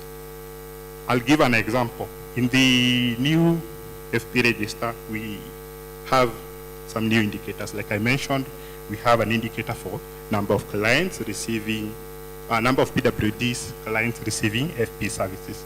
So you find in counties where we have not conducted dissemination, or the county has not conducted dissemination of these tools, the providers, the healthcare workers are leaving that part blank because they don't know what to fill. So that is an issue. Another issue is the varying interpretation of data elements, especially on the register and also on the monthly summary, which is the MOH 711. Sometimes when we print tools and we put up the indicators that we are supposed to collect data on them, sometimes we assume that everybody will read that indicator and have the same understanding and collect the data that was intended to be collected or to be reported using that indicator. But this is not always the case. You find that facilities, people have different ways of understanding this. And one indicator that we've had a problem with, for example, is the number of clients who are cancelled for natural family planning. If you go to Samburu today, you'll find them, they're doing something different from what maybe Baringo are doing. Or if you go to facility A, you go to facility B, they have a different understanding of that indicator. So we may find that for that indicator, we are collecting different data. It was supposed, there was what it was intended to collect, but we are not sticking to that, which means that indicator is not very clear. It's not very clear. It needs to be very well clarified. And the challenge we have now with that is that the MOH 711, which we use for reporting FP data, does not come with a guideline. You see, for example, for those of us who work in M&E, if you take, for example, MOH 731 for HIV, comes with a very clear indicator definition for every indicator that is in that tool. If you look at the FCDRR for FP, it also has a very clear indicator definition. But for MOH 711, it doesn't come with that. So it's subject to misinterpretation, and yeah, so that's a challenge. Another challenge is reporting of specific commodities. Example is pills. When you are reporting on pills, in the service data, the summary MOH 711, we are reporting number of clients. For condoms, we are reporting number of clients. When you go into the FCDRR, what we are reporting is the commodities issued. And it seems straightforward and very obvious, but sometimes we do DQAs. You find the facility, when they are reporting commodities, instead of reporting commodities in FCDRR, they reported number of clients, or vice versa. When you go into 711, when they're reporting for clients for condoms, instead of reporting number of clients, they reported the number of condom pieces issued. So that again contributes to poor data quality. The last 2 points are on HR and administration issues. The first one is on high workload for facility level staff. There are facilities where you find it's one person, one nurse doing all the work in that facility, 1 or 2. That one nurse is the one seeing the clients. That one nurse is the one doing all the reports.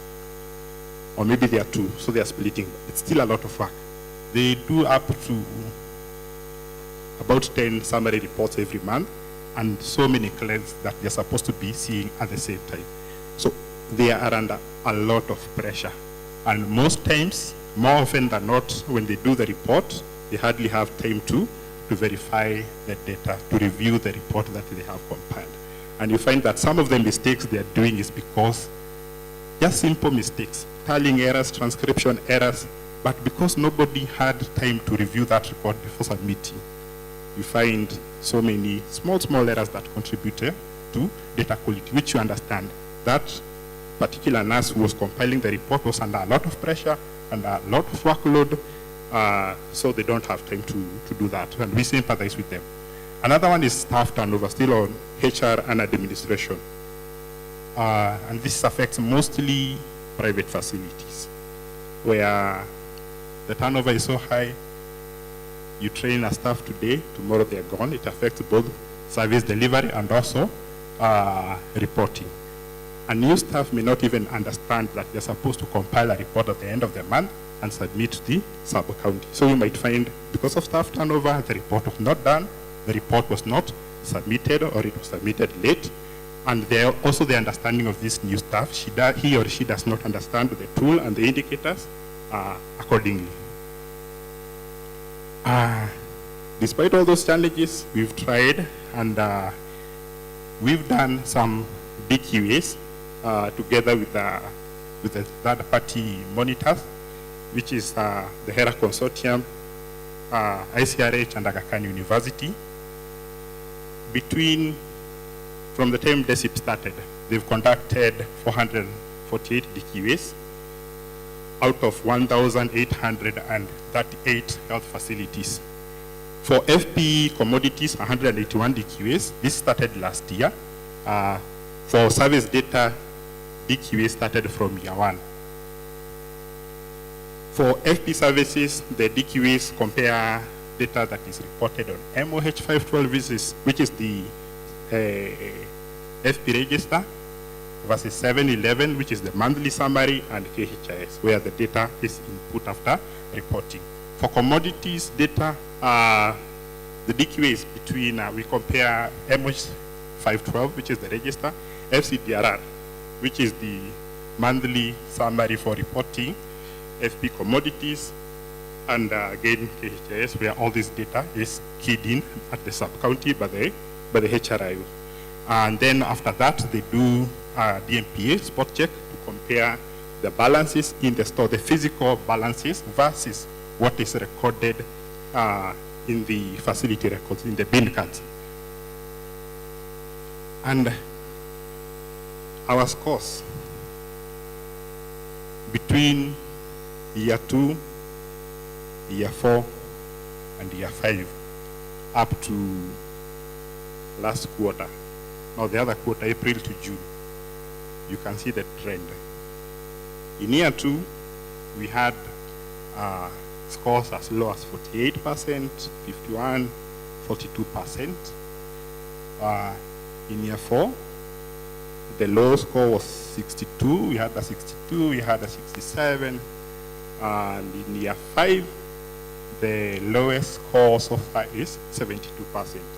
So as much as we are not at 100%, but we can see there is some progress that we are making. There is some improvement that has been made, despite all that, despite all the challenges that we have. So overall score for the service data is a 76%. Year 4, year 2, and year 5.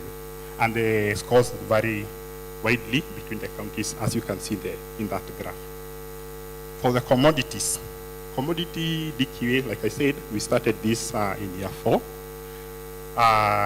And commodities data, we performed very poorly in year 4.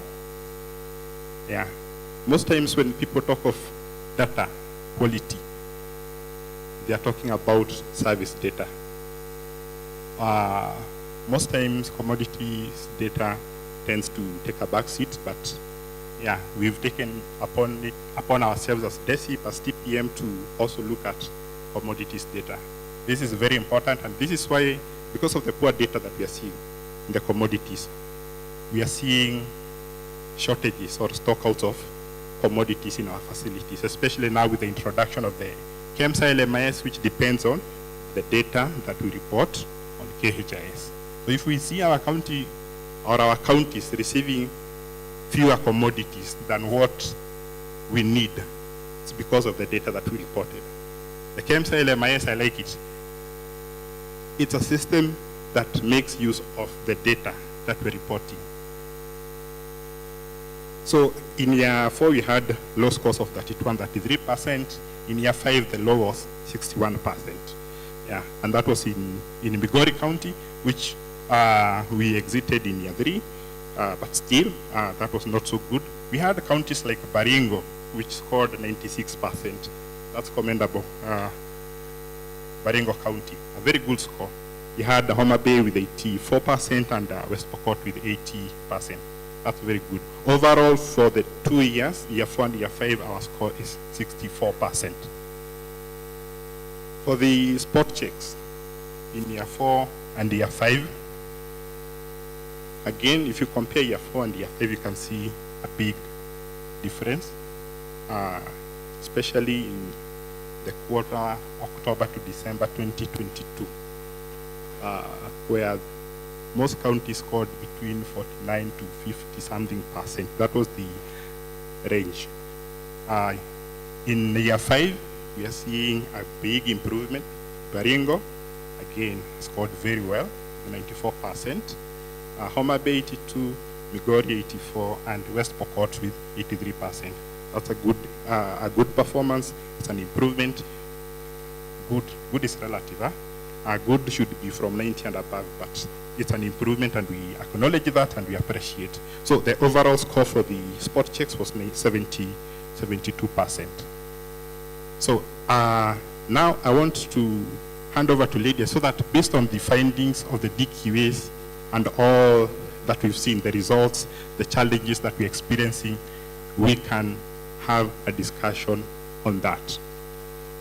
Back to you, Lydia.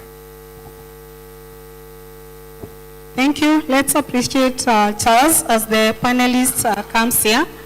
If we can have people to bring the seats here so that the panel can be seated. The team that removed the seat. So as they come, part of the objectives for this session, we want to see some of the activities that have been implemented across counties, and that's what Charles Ngatia has taken us through. But besides that, we also want to see what are some of the lessons learned. We've seen some of the counties, Baringo doing quite well in terms of quality for the commodities. We have seen other counties doing well when it comes to the FP services. So what are some of the lessons that have been learned? What are some of the best practices that are coming across the counties? And we also want to discuss what are some of the gaps, what are some of the challenges. Different counties have different challenges, different counties have different gaps. So I want to request my panel to come up here so that we can go direct to the discussion.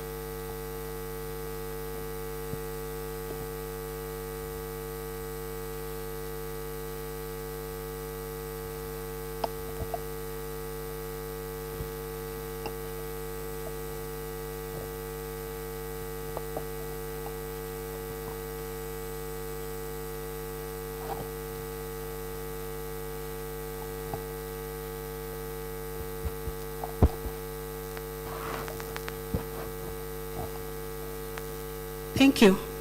So I want to welcome the team of panelists that is here today with us. And we want to go direct to the discussion and just from the presentation that we have seen. So as you present, I will allow you to introduce yourself once I get to you when you are responding to your question. And our first question goes to Sarah. And Sarah from Mombasa County, so you introduce and go direct to the point. What has worked in Mombasa and what has not worked? And what are some of the new strategies we need to use to improve the issues of data quality? Good evening all. My name is Sarah Kayanda from Mombasa. I coordinate M&D HMIS activities at the county level.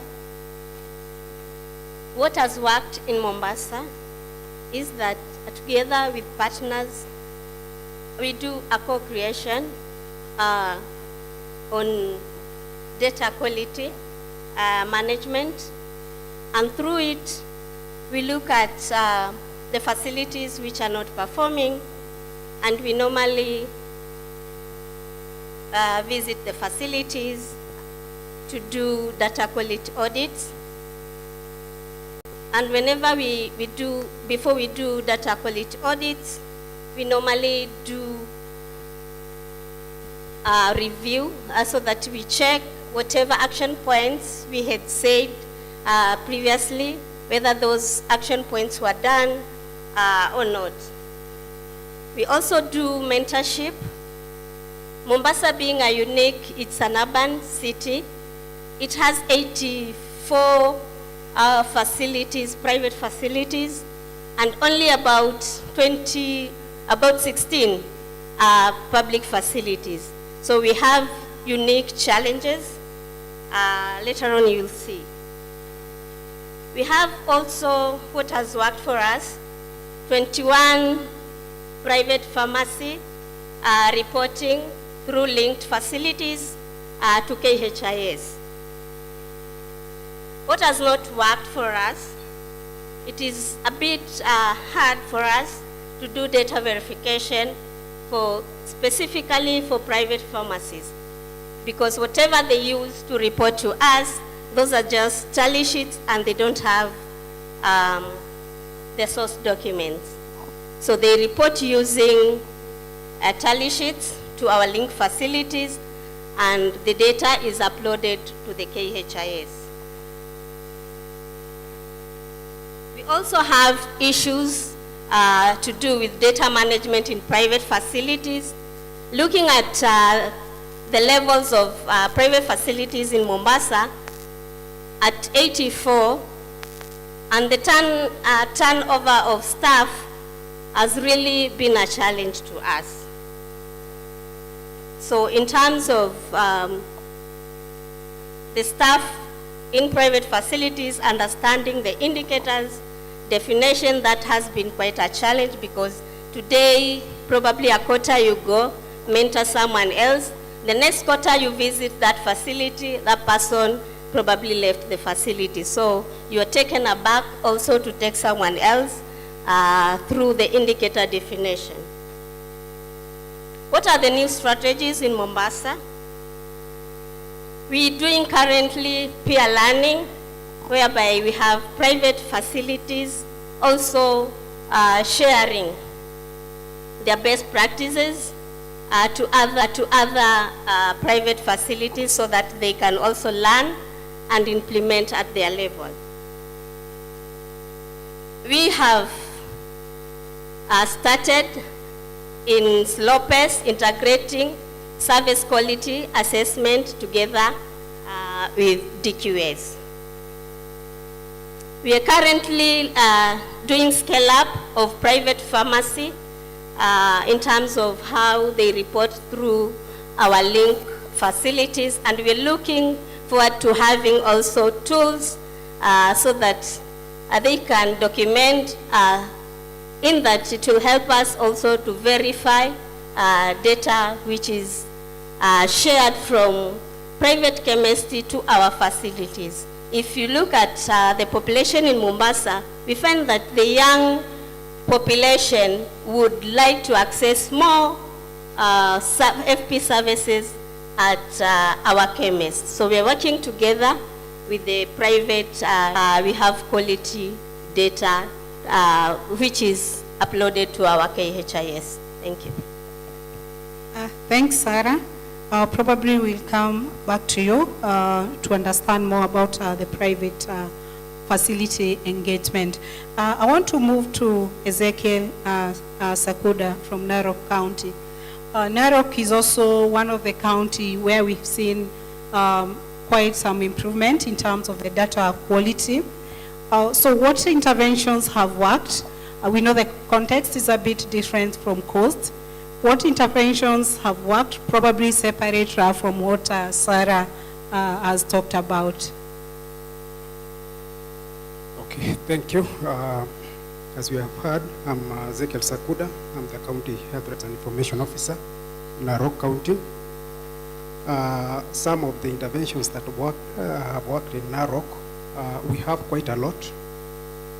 First of all, when we look at quality of data, one thing that comes into our minds is that we have different data quality dimensions, like completeness of our data. And one thing that we've strengthened as Narok County is availability of tools, so that our data at least can be complete. Quality of the same will come after, but the first thing that we want to have is all facilities reporting using the prescribed tools. Through our the support of our partners, we were able to distribute the new revised tools to all facilities that exist in Narok, like the data capture and reporting tools, and FCDRR for commodities. We also have the capacity building and mentorship for the staff. As you've heard, we have high staff turnover in the county, be it in the public facilities or in the private facilities. We have a lot of transfers. The moment you train somebody to undertake data management services, the next thing you find that that person has been transferred to another facility or to a high-level facility where he or she will not use the same knowledge that they have gained in the other facility in data management. So what we are doing, we are doing a lot of mentorship, one-on-one, on-job mentorship, whereby the sub-county teams sit with the new staff that have been posted to the facility, go through all the required data elements that are supposed to be reported on, and we've seen a lot of improvement as far as data management is concerned. The other thing is about the data quality audits or the self-assessments that we do every quarter, and after that we come up with the action plans. Those action plans, we incorporate them into the annual work plans that we do every year as part of our monitoring and evaluation activities in our facilities. Recently also we came up with a performance contract from the executive level and appraisal for the facilities.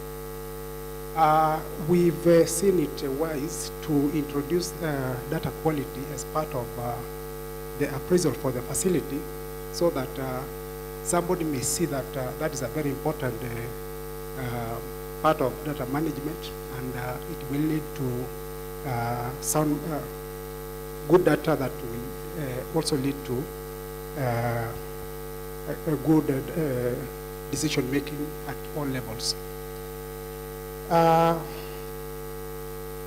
The data reviews that we do with in different levels, like at the county level we do the county and the sub-county data review, and at the lower level we do in charges meeting.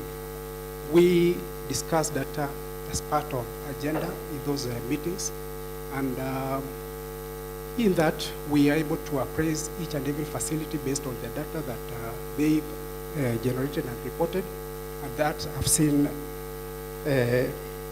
our data improving because of the competition among the facilities, and again they understood the importance of quality data generated in the facilities. I think that is what I have for now. Okay, thank you, Ezekiel. Quite some insight there, as well as in terms of some of the interventions that the county is doing. And I like the component of the issues of performance contract, having the issues of data quality, so that it's upon all the health workers to ensure that. And with that, I would want us to go to Silas from Homa Bay. Looking through what Sarah and Silas have talked about in terms of some of the interventions that have worked, and also looking through most of these interventions are also supported by partners. So how does the county plan to continue with the interventions to improve on the issues of data quality, even after the exit of Desip or any other partner on the ground? Thank you.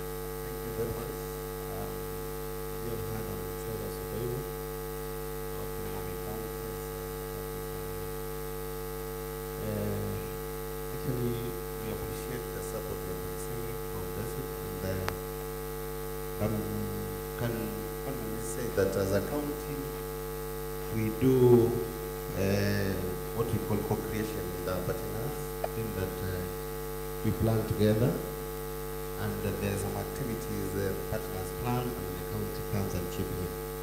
So with that plan is a planning for how sustainability can be as the partner exists. So I say that as a county, we have the annual work plan where we include all these activities. the CADP and even ADP.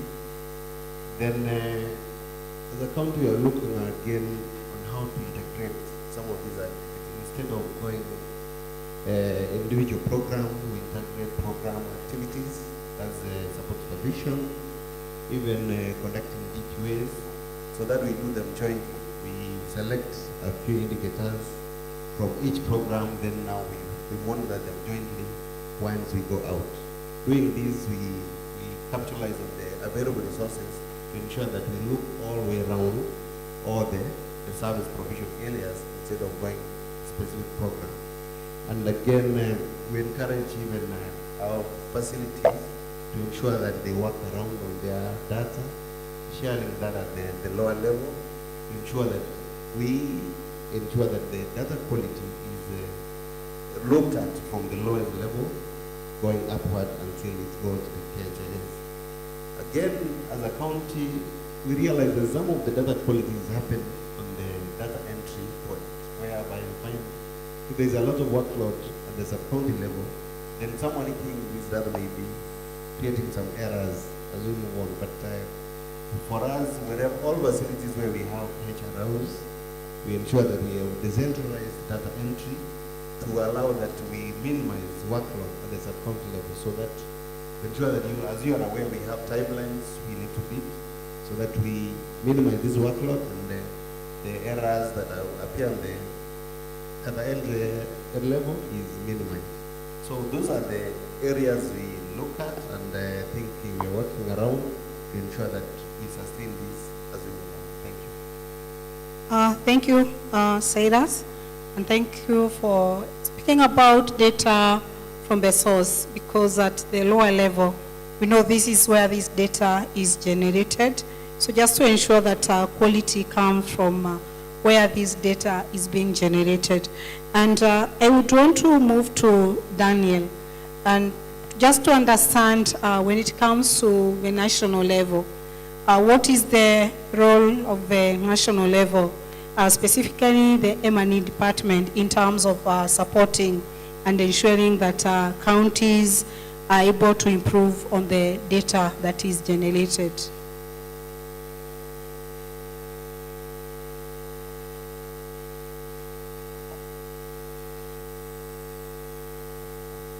Thank you so much. My name is Daniel Mumbia from the ministry, working the Division of Health Informatics, and also supporting the Family Health Department or Directorate aspect relating to data and system strengthening. So regarding to the role of the National M&T program, basically there are a number of initiatives that the ministry has been doing to support aspect of data use and also ensuring that data is of good quality. The first being within the mandate of the national government, Ministry of Health, that is standardization. So we are able to come up with standard tools that can be used across all the facilities in the country, in line with the provisions such as the Health Act 2017, which gives us the mandate to be able to ensure all the facilities are reporting. So the first thing we do is that we're able to revise these tools for the program tools, like for the FP, based on emerging needs or some of the interventions that needs to be maybe monitored. So we're able to revise and provide the standard tools for the entire country. Apart from that, we're able to provide a platform that these counties can be able to report data that is being collected at the service or at the upstream level, that is the facility level. So the platform is in the name of a customized DHS2, what we call the Kenya Health Information System. So what we have done is that for the FP program, specifically for the commodities data and service statistics, we have introduced what we call the validation rules to be able to flag out outliers at the point of entry. So these validation rules are able to flag out if you are doing entries for the lags. We expect the lags, the services should be the same as what has been consumed. So you introduce the validation rule at that point. And also within this system, what you're calling KHS, we have been able to advocate for innovations such as dashboards. For instance, we have been able to provide the family planning dashboard, which has a data quality matrix or component which clearly categorizes the facilities data by giving them data quality score based on the WHO matrix that he mentioned. So with that, we're able to get the scores for various counties, and they can be able to correct what is wrong. Then the other bit is also the aspect that he presented about the integrated LMS. So within the integrated LMS, we have also added a validation rule, and have also we are presenting it as a tool for data use at that lower level. The other thing that we have been able to do is come up with protocols, specifically data quality protocols and data quality assurance protocols, which then counties can adopt to be able to do the DQs, and whatever thing presented is within like that spirit. So based on all these that I've mentioned, we have gotten support from the Desip program. With first coming up with the tools that have been able to support us reach some of all these counties which are hard to reach. With the aspect also of a rollout of these systems such as KHS that have been able to support some of the trainings on the tools, and also capacity building, which is one of the things actually we have also done to be able to ensure you are getting that of good quality. So you're just training these people that this is how you are able to fill the data elements in these forms, so they've been able to support us in a number of counties to be able to roll out the tools, the KHS, and also the dashboards that we have, like the family planning dashboard, to be incorporated for across these counties for data use. And of course, lastly, the integrated LMS, we are getting support in counties that Desip is operating as a tool to be able to ensure that the commodities data is of good quality. Because as Charles mentioned in his presentation, the current integrated LMS is based on is the pull, not the push systems. So it's based on what the facilities report on that commodity consumption request form. So from there, we're able to do the adjusted consumption, and the facility will get the commodities based on what they've been able to consume. And lastly, there's a bit of what we are trying to strengthen as a gap. She brought out issues in terms of the private sector, particularly the pharmacist. So what we have done, what we are doing is that we have come up with a pharmacy reporting instance for the pharmacists to be able to report family planning data. So that's what we have been. Those are some of the measures the national government has done to be able to facilitate reporting of quality data in our national HMS system. Thank you. Thank you, Daniel. Good insight. I think one of the best things that happened in the health sector is the innovation of KHIS. And now that we can be able to access data, I think if anyone was there in health before the KHIS, you know the struggles that used to be there when you needed to have data for any intervention. With the mention of the private sector, I would want to go back to Sarah and just to understand in terms of the engagement of private health facilities. I know you mentioned a number of interventions like encouraging the health private sector to use the standard tools as well as the trainings. So just to understand, how else have you engaged the private facilities as well as the pharmacies to ensure that they are also able to report data, quality data, and are also looking through the challenges that we have, like the issues of staff turnover? Thank you. Thank you. For Mombasa, what we are currently doing, we normally have meetings which we do quarterly, whereby we engage the private facilities. This is under public-private partnership engagement, where they share their performance and the challenges and also the best practices, and we come up with a deep dive action plan for us to be able to follow up with them so that to support through support supervision and also capacity building. Thank you, Sarah, for the additional insight. And I want to move to Gerald. From the partner's perspective, are there some of the recommendations you would want to give to the counties in terms of how we can improve the data quality? Yeah, thank you, Lydia, for that question. I know some of my colleagues here have already mentioned some of the recommendations that I might have. My name is Gerard Gidenji. I work for ICRH. I'm representing the TPM for Desip project. One of the recommendations that I have is you have data use at the facility level, at the lowest level. If we can be able to capacity build those fast generators of data at that particular level, I know that some of the challenges that we have concerning data quality will be addressed, because again, they'll be keen in documenting and also reporting what they report. Again, they'll be keen on understanding the data elements and also the indicators that they report to the next level. Then the other item is the data review meeting. I know one of the counties here mentioned that they do data review meetings, but it's something that can really be strengthened again at the facility level, at whichever level that the data is being used, be it at the sub-county level, county level, so that people can be able to use this data for decision making. The third recommendation that I have is leveraging on government focus to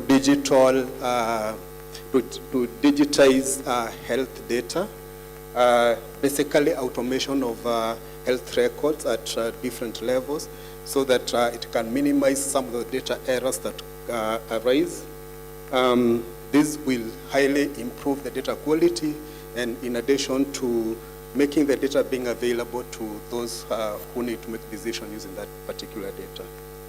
And the other recommendation that I have is for the sub-counties and also facility and county teams to be able to identify the problematic indicators and data variables that I know Charles mentioned about natural FP data element that is usually has a problem in reporting.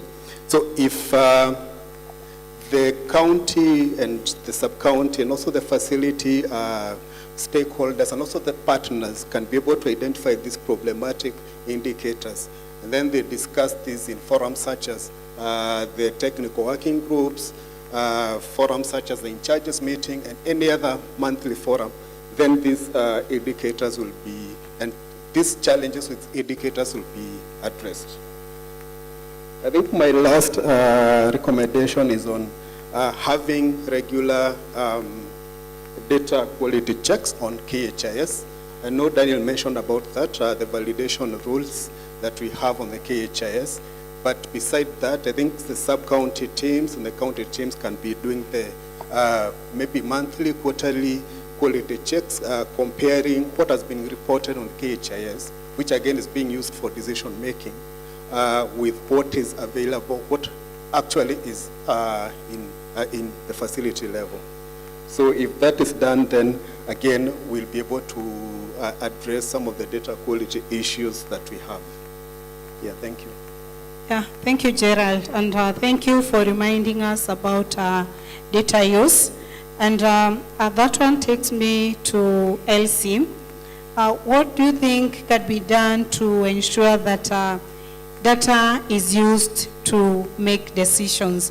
We are talking about data being generated at facility level, but sometimes you go to the health facility, you want to understand in terms of even some of the FP methods uptake, but you find that the nurse probably who is there at the health facility level have no idea in terms of what is happening. So what are some of the things that can be done to ensure data use to inform decisions?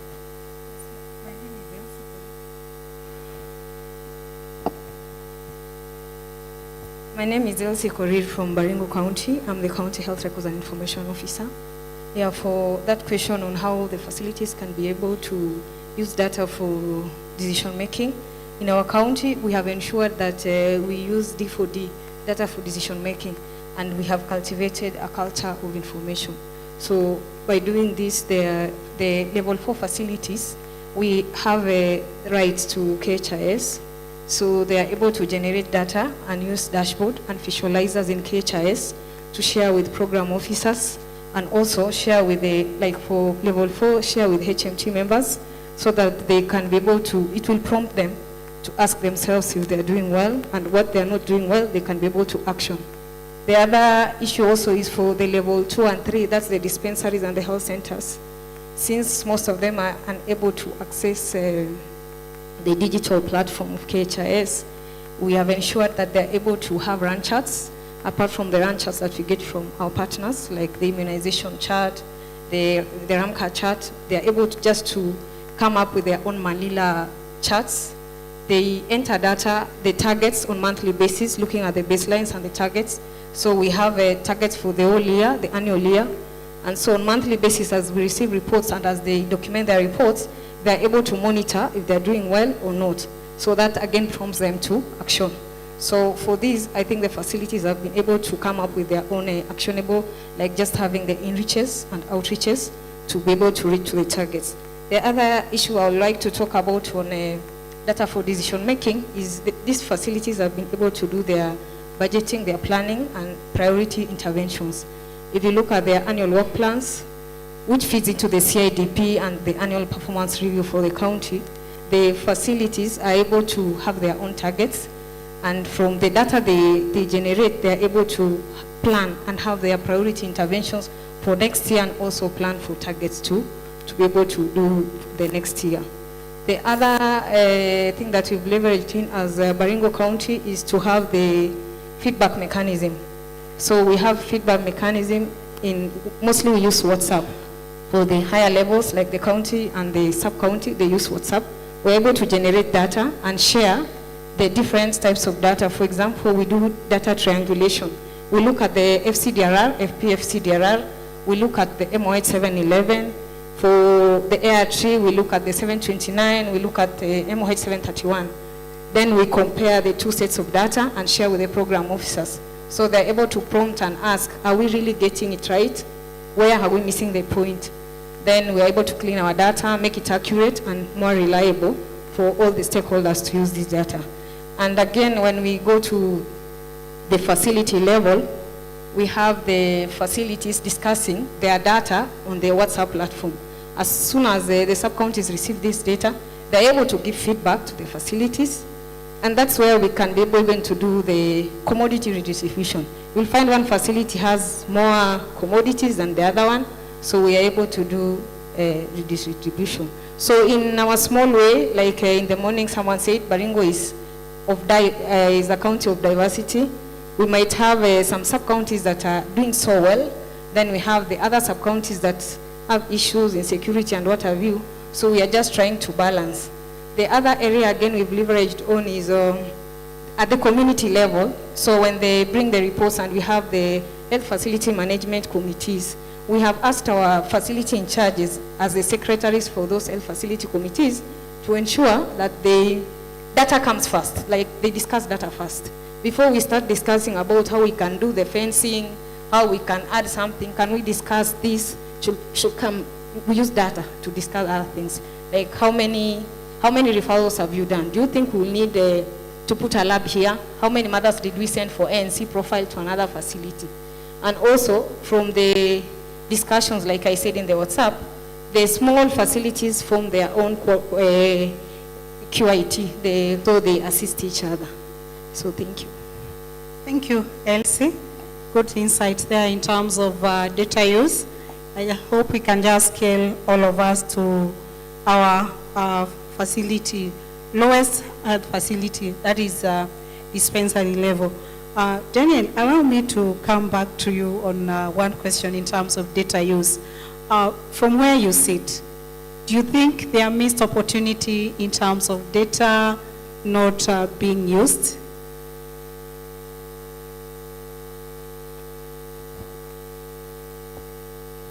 Yes, there's a missed opportunity in terms of data use, and over time we have been trying to create the culture of data use across the country.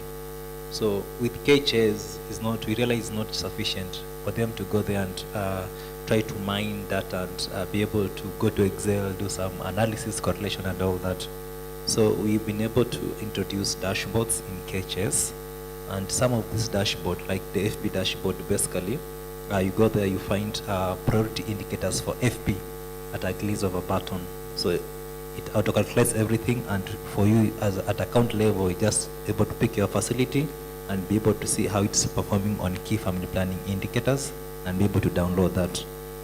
But again, apart from dashboards, to just ensure that people are able to access and use this data at the facility level, we have been able to introduce a user role in KHS, which we call data use. So because traditionally people have been having access to KHS based if you are an HRIO or you are a pharmacist. But we have a demand for data for these people, partners, other members within the facilities who want to use data but don't have user rights. So with data use, this user role enables anyone to be able to view the necessary basic indicators across programs, including family planning. So that's what we have introduced, and we are trying to give more user role for data use as much as possible. Thank you. Thank you so much. And our last question goes to Silas. We know that most of the time workload is always being quoted as one of the issue why we have poor quality by the health workers. So what are some of the things that can be done to motivate the staff at facility level so that as much as they have a lot of work, they are still able to maintain quality data? Thank you for that question.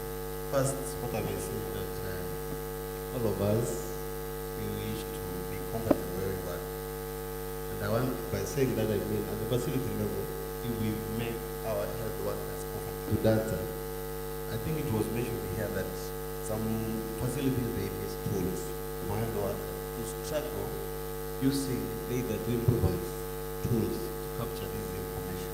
But if we have adequate tools, the health workers are well trained and given everything, it will motivate them to work towards having this quality information. Much of the data quality issue we have is the issue of lack of the tools that are supposed to be used to documentation. We will find that it was mentioned here that the tools that have been revised, we find facilities, whatever that is distributed down there is not enough, then facilities resort to use all tools. This is, they really affect the data quality. Again, as facilities, if they are encouraged to share the data at their level before submitting to the next level, that one will enhance data quality. And actually, it's good that you may find there are 2 or 3 staff in the facility, but it's so discouraging to find that there's only one staff who is mandated to make the reports. So once he makes, submits, the rest of staff, they are not aware of what goes. So it's important that we encourage the staff, once the report is prepared at the end of the month, they meet, discuss, and agree that this is the report that should go to the next level. Again, the issue of data use has been mentioned here.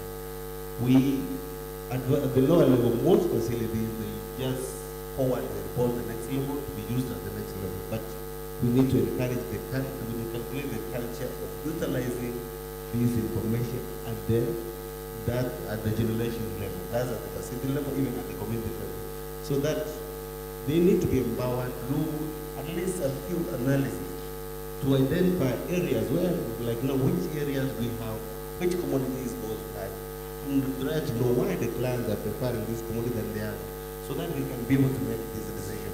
So what I may say is that we encourage and also peer sharing, because these facilities will be meeting either at the in charges meetings, and also at a given level, sharing experience from one facility to another may encourage them to ensure that we have this data quality. Again, it has mentioned here that if we have introducing something like a reward system, so that whoever does test, we go through it, we are doing a DQA, like now it was mentioned here, I think I had Baringa doing well, even Homa Bay, so that reward someone it encourages others to see that even them, if they can work hard, they can get this kind of reward.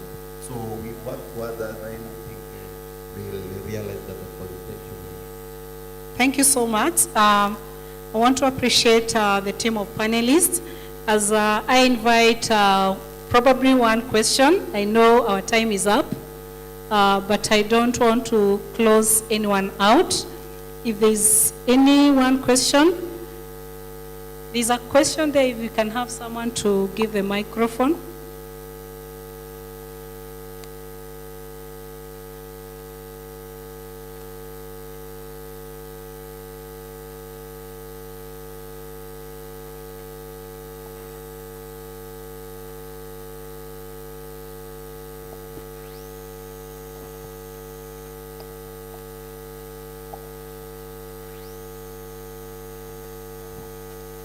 Thank you so much. My name is Alex Omari from FP 2030.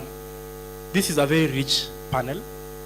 Allow me just to give an insight to what I've gathered from here, which relates to the discussion. So one of the key things to note is that the Desip program has provided a learning curve. And we all know that data speaks volumes. That's why the panelists that we have there have rich information about this program, from the counties, look at the partners and what they do. And the reason why this is important is that this data does shape the policy environment, and evidence is critical, and that's why high quality data is essential to inform policy. So as a key insight from this discussion, today morning we heard from NCPD's Dr. Sheikh mention that approximately around 300,000 deaths occur as a result of child-related complications every year annually. And it was screened where Dr. James Rotich of Desip did say that approximately, again, this program over the past 5 years has been able to avert around 300,000 maternal deaths.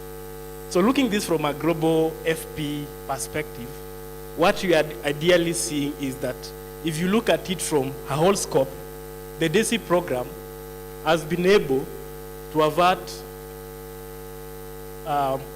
maternal deaths for 1 year globally. So that is something that is at least an interesting insight here. So my question to the team is, one of the key gaps that we have when it comes to data is when you are revising the tools. So why am I saying this? At one point, you will find that there are sections of people will be using the old tool, and as you are rolling out the new tool, then others don't have that information, or if they have, there's a gap that comes in with training, which takes time. And because these programs don't wait until you finish revising the tool and training them for you to continue providing service, so there is a gap that comes in there. So then, how do we harmonize to ensure that at the point of revising these tools and also using the old tools, this information that is keyed in is actually the correct information that gets to the system? Thank you so much.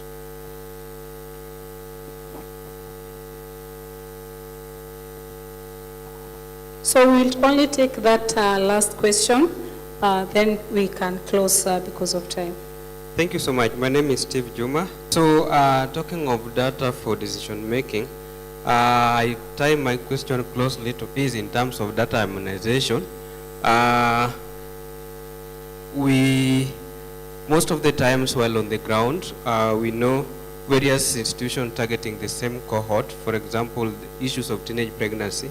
Ministry of Health generate their data, and also the counterpart Ministry of Education also have their data targeting the same age cohort.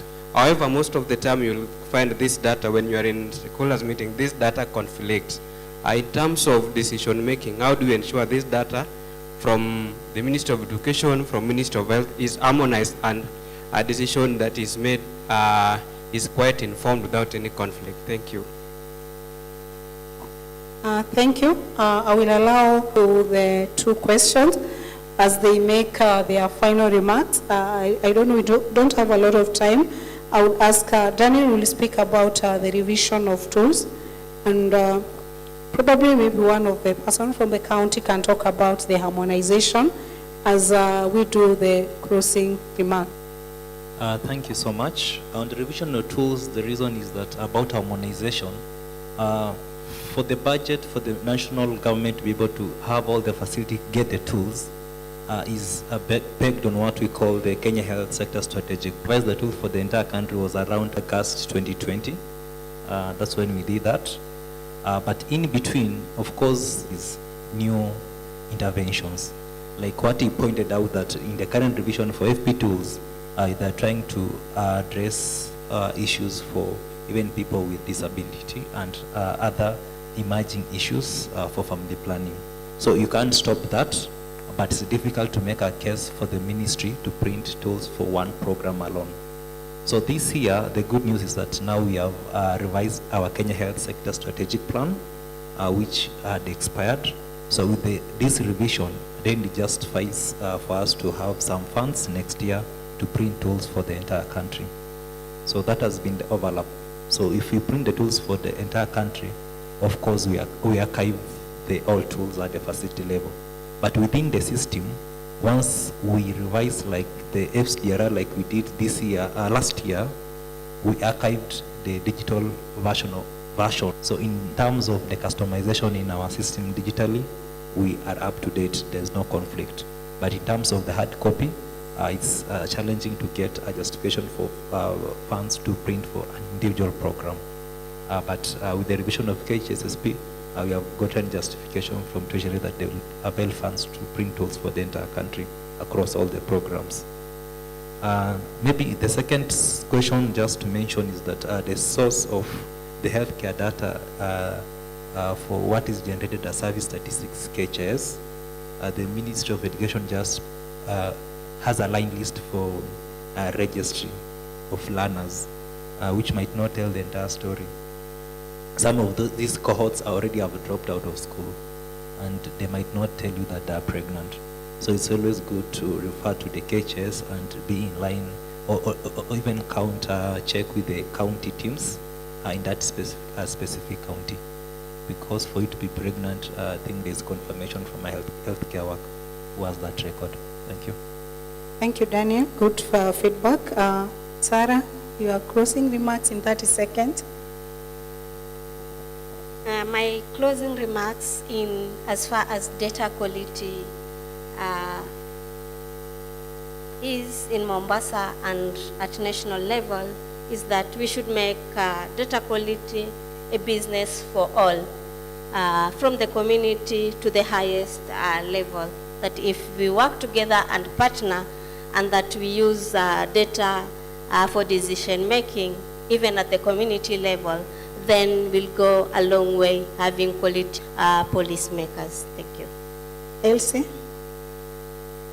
Yeah, my closing remarks for this panel is that data impacts service delivery, and you can leverage that. Just look at how the counties and the facilities are doing their NHIF. They're looking at data and going back to do what's necessary. The other thing is, I think for the counties, we should try, all of us try the reward system. For Baringo County, we've tried with one sub-county, and they're doing very well in regards to quality of data. Try to reward the facilities that are doing well. Lastly, I just want to thank the Desip team. The Desip team that has been in Baringo County. We've not worked on different parts, we've worked together. And I want to say thank you for moving Baringo from 48% to 90+%. Thank you, Desip team. Thank you, Ezekiel. Okay, my closing remark is that data management is a product of service delivery. You cannot separate the two. For you to assess the success of a service provided, you have to look at the data produced by the service. Therefore, when it comes to data management, let's use data as one of the resources that is found in our systems, in our departments, in our ministry, to make decisions. Thank you. Thank you. Silas? Thank you very much. I think I will say that let me appreciate the Desip for the support you've been having forward. And I am saying that let's empower the data source area to ensure that we have data quality. At the lower level, then whatever is reported up is radio optician. So we empower the community, the facility level, with adequate tools, with adequate knowledge skills, then we will have the data quality that we need. Thank you. Thank you. And finally, Gerard. Thank you. My parting shot is quality data is important for all health interventions. Because again, if you have wrong data, it means then you're making wrong decisions about these health interventions at whichever level. So calling upon all stakeholders to come together to improve data, because again, data is key.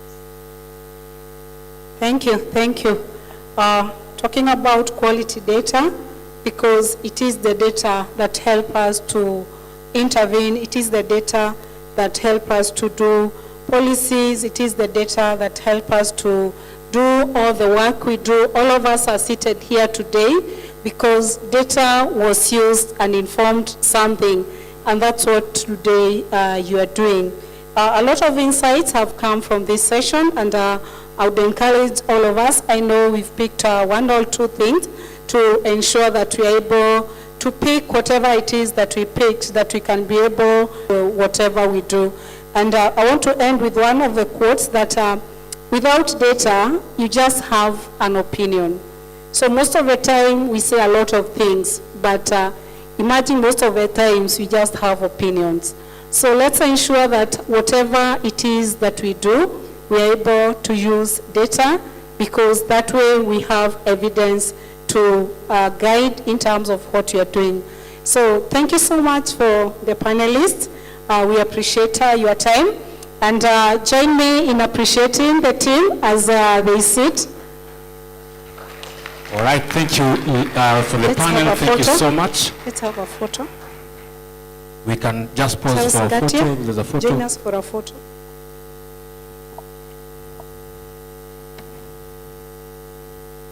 We can continue clapping for them and appreciating them for the nice insights and powerful session that we've just had. All right, thank you so much. And as they get to their seats, I want us to appreciate each other for the afternoon, all right? So we'll start with very low silent claps, then transition to high and heavy thunderstorm claps, all right? So prepare your hands, just warm your hands. Then we start slowly, start clapping slowly. Let's increase the tempo, let's go. Whoa, let's go one more time, let's go this. All right, thank you so much. Let me invite Dr. Pai to come and just do the conclusion for this afternoon. Thank you. Let's appreciate Dr. Pai as she comes to the stage as well. Thank you very much, and thank you to the team that we've just had. I think every panel, when it ends, I'm left with a conclusion, and I'm wondering, okay, so I had another one when I listened to the previous panel, so do I displace? I liked this one. Without data, all you have is an opinion. I felt attacked. I felt as though, so everything I have said that was not backed up by data was just me doing nothing. I need to check myself. So that was quite interesting. Thank you so much. We've come to the end of today. It has been packed. The room is still packed. You guys are still energetic. And I think that means that the Desip team did a great job in delivering for today. So a hand clap for them, a round of applause for the Desip team. Thank you so much, you guys. And secondly, to all of you for sitting it through. I know people had to step out for meetings. I'd meet someone along the corridor with a bag. I'm going for a meeting. Then they'd still come back and take notes. So we've done a great job sitting through today. A round of applause for ourselves. Clap for yourselves for sitting through the day. And we've done a great job today. So we look forward to hosting you tomorrow. We start at 8 a.m., 8:30 a.m. There's a very interesting discussion tomorrow morning. I don't even want to Do I want to tell you a bit? No, I don't. You really want to be seated here tomorrow at 8:30. You want to meet this panel. I promise. I'm not telling you so that you're here at 8 for no reason. I promise that when they're done talking to you about the total market approach, you will love it. And you'll think through how the discussions we've been having regarding sustainability, how that begins to form when that session is done. And then we have 2 other sessions after that, but you want to be here. So I'm not going to give you any leakage about tomorrow. Please be here. And then secondly, we have a session that's happening next, should I call it next door? So those of us who will be transitioning and joining us for that, kindly carry your bags when we're done and just walk that way, and you'll find ushers there that will take you through the next session. And because we've been sitting through the whole day, our CEO, Dr. Margaret Njenga, suggested, because we need to move. I think I'm the only one and the Desip team who've hacked 7,000 steps running around the building, making sure everything is running. But the rest of you have probably done 10 steps, then you ate cake, right? Then you did 10 steps, then you listened to social inclusion and you became an advocate. Then you ate, then you listened to something else. So we have this team that are called a transition team. I have absolutely no idea. I think they're not up to any good. I think they're going to make you guys jump up and down. But I want to welcome them to come to the front. I have no idea what they're doing. I know it involves a DJ. However, we actually are closed, so if you'd like to transition and go home, please feel free to do so. And if you'd like to shake your bones a bit before we join the next session, then I'm handing over to you guys, these guys to you. But thank you so much and see you tomorrow. Great evening, everyone.